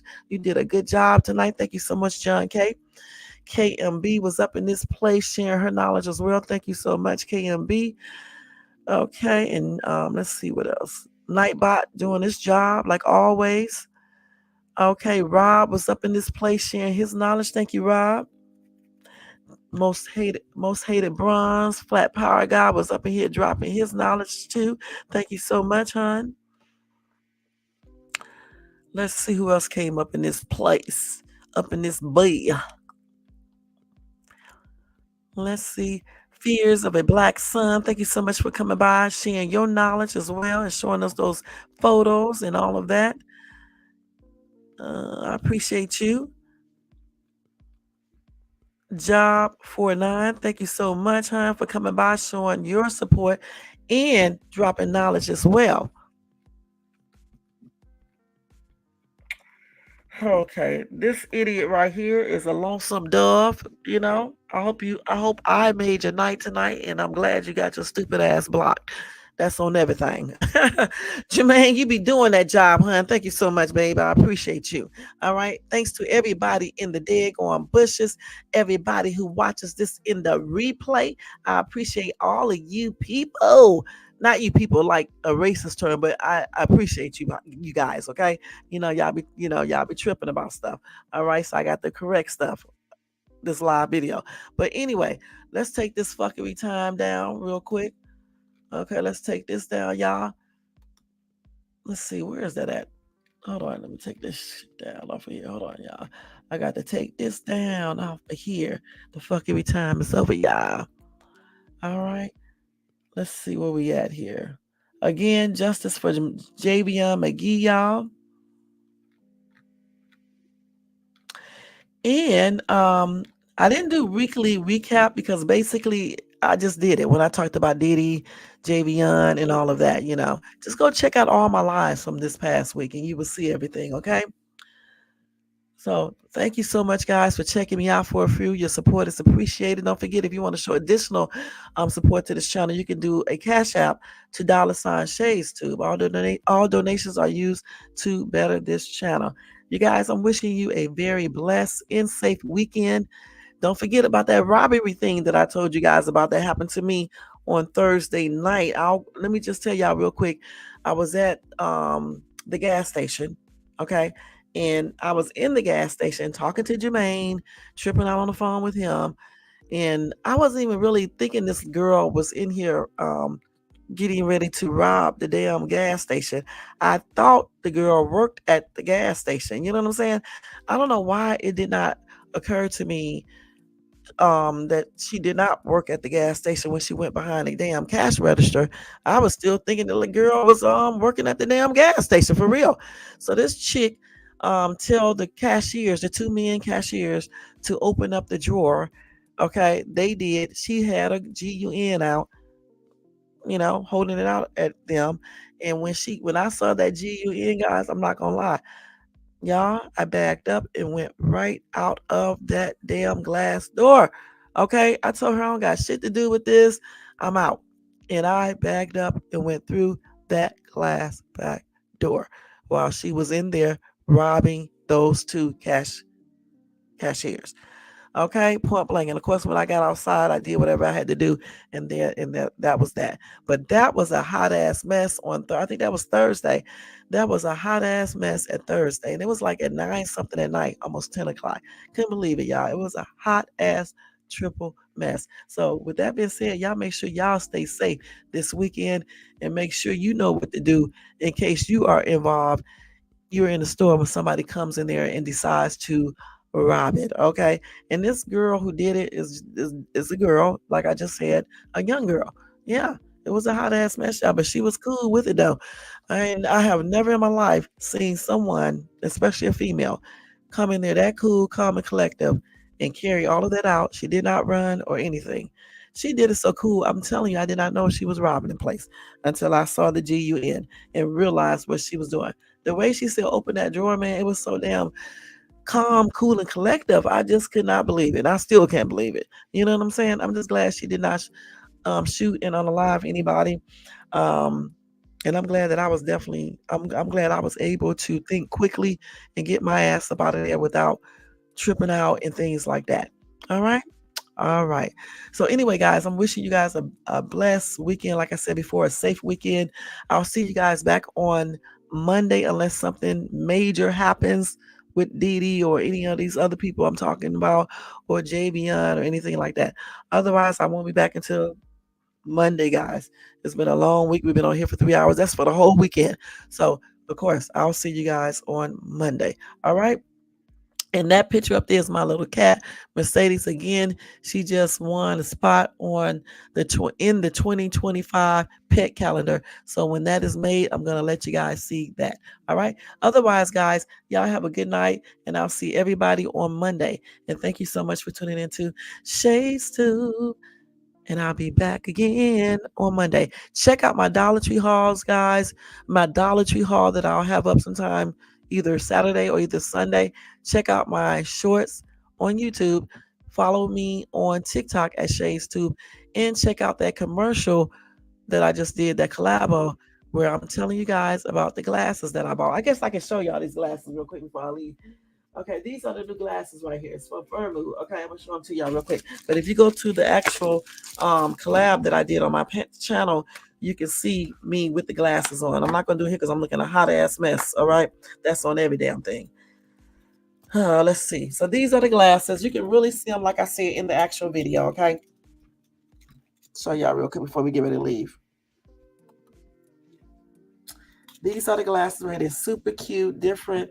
These are by Furmu, and Furmu offers affordable glasses. Okay, y'all probably can see my little tripped out reflection on here, but I don't give a damn. Okay, and these have a little light reflective coating in it, as you can see it right there. Super cute glasses on me, very affordable. If you go to my actual collab, you will see these. You will see the little commercial I did, and on that page, there's a link there, and you can get a 50% off coupon to buy glasses, to buy some nice, stylish, affordable, durable eyewear, prescription and non-prescription sunglasses, night vision glasses, regular prescription glasses. So make sure y'all check that out. Okay. Super cute glasses, y'all. The case is really cute. Everything. So check out that collab. All right. And if you wear glasses, go ahead and place your order. All right. And tell them that Shane Stood sent you. All right. Okay. Thank you. All right. I did a whole damn commercial, y'all. Almost. Shit. A whole commercial. It comes with its own cloth too to clean the glasses and to store them, plus an eyeglass wear container, guys. So just like I said, just check out that collab that I did on my channel. All right. Other than that, y'all, we are out of here. Y'all have a good weekend, a blessed Sunday and Saturday, and a blessed night, morning. And I'll see you guys on Monday sometime, either in the morning, afternoon, or at night, or both. All right, guys. Talk to you later. Peace out. All righty. Let me go ahead and show y'all this cat, and then I'm going to go ahead and sign this out.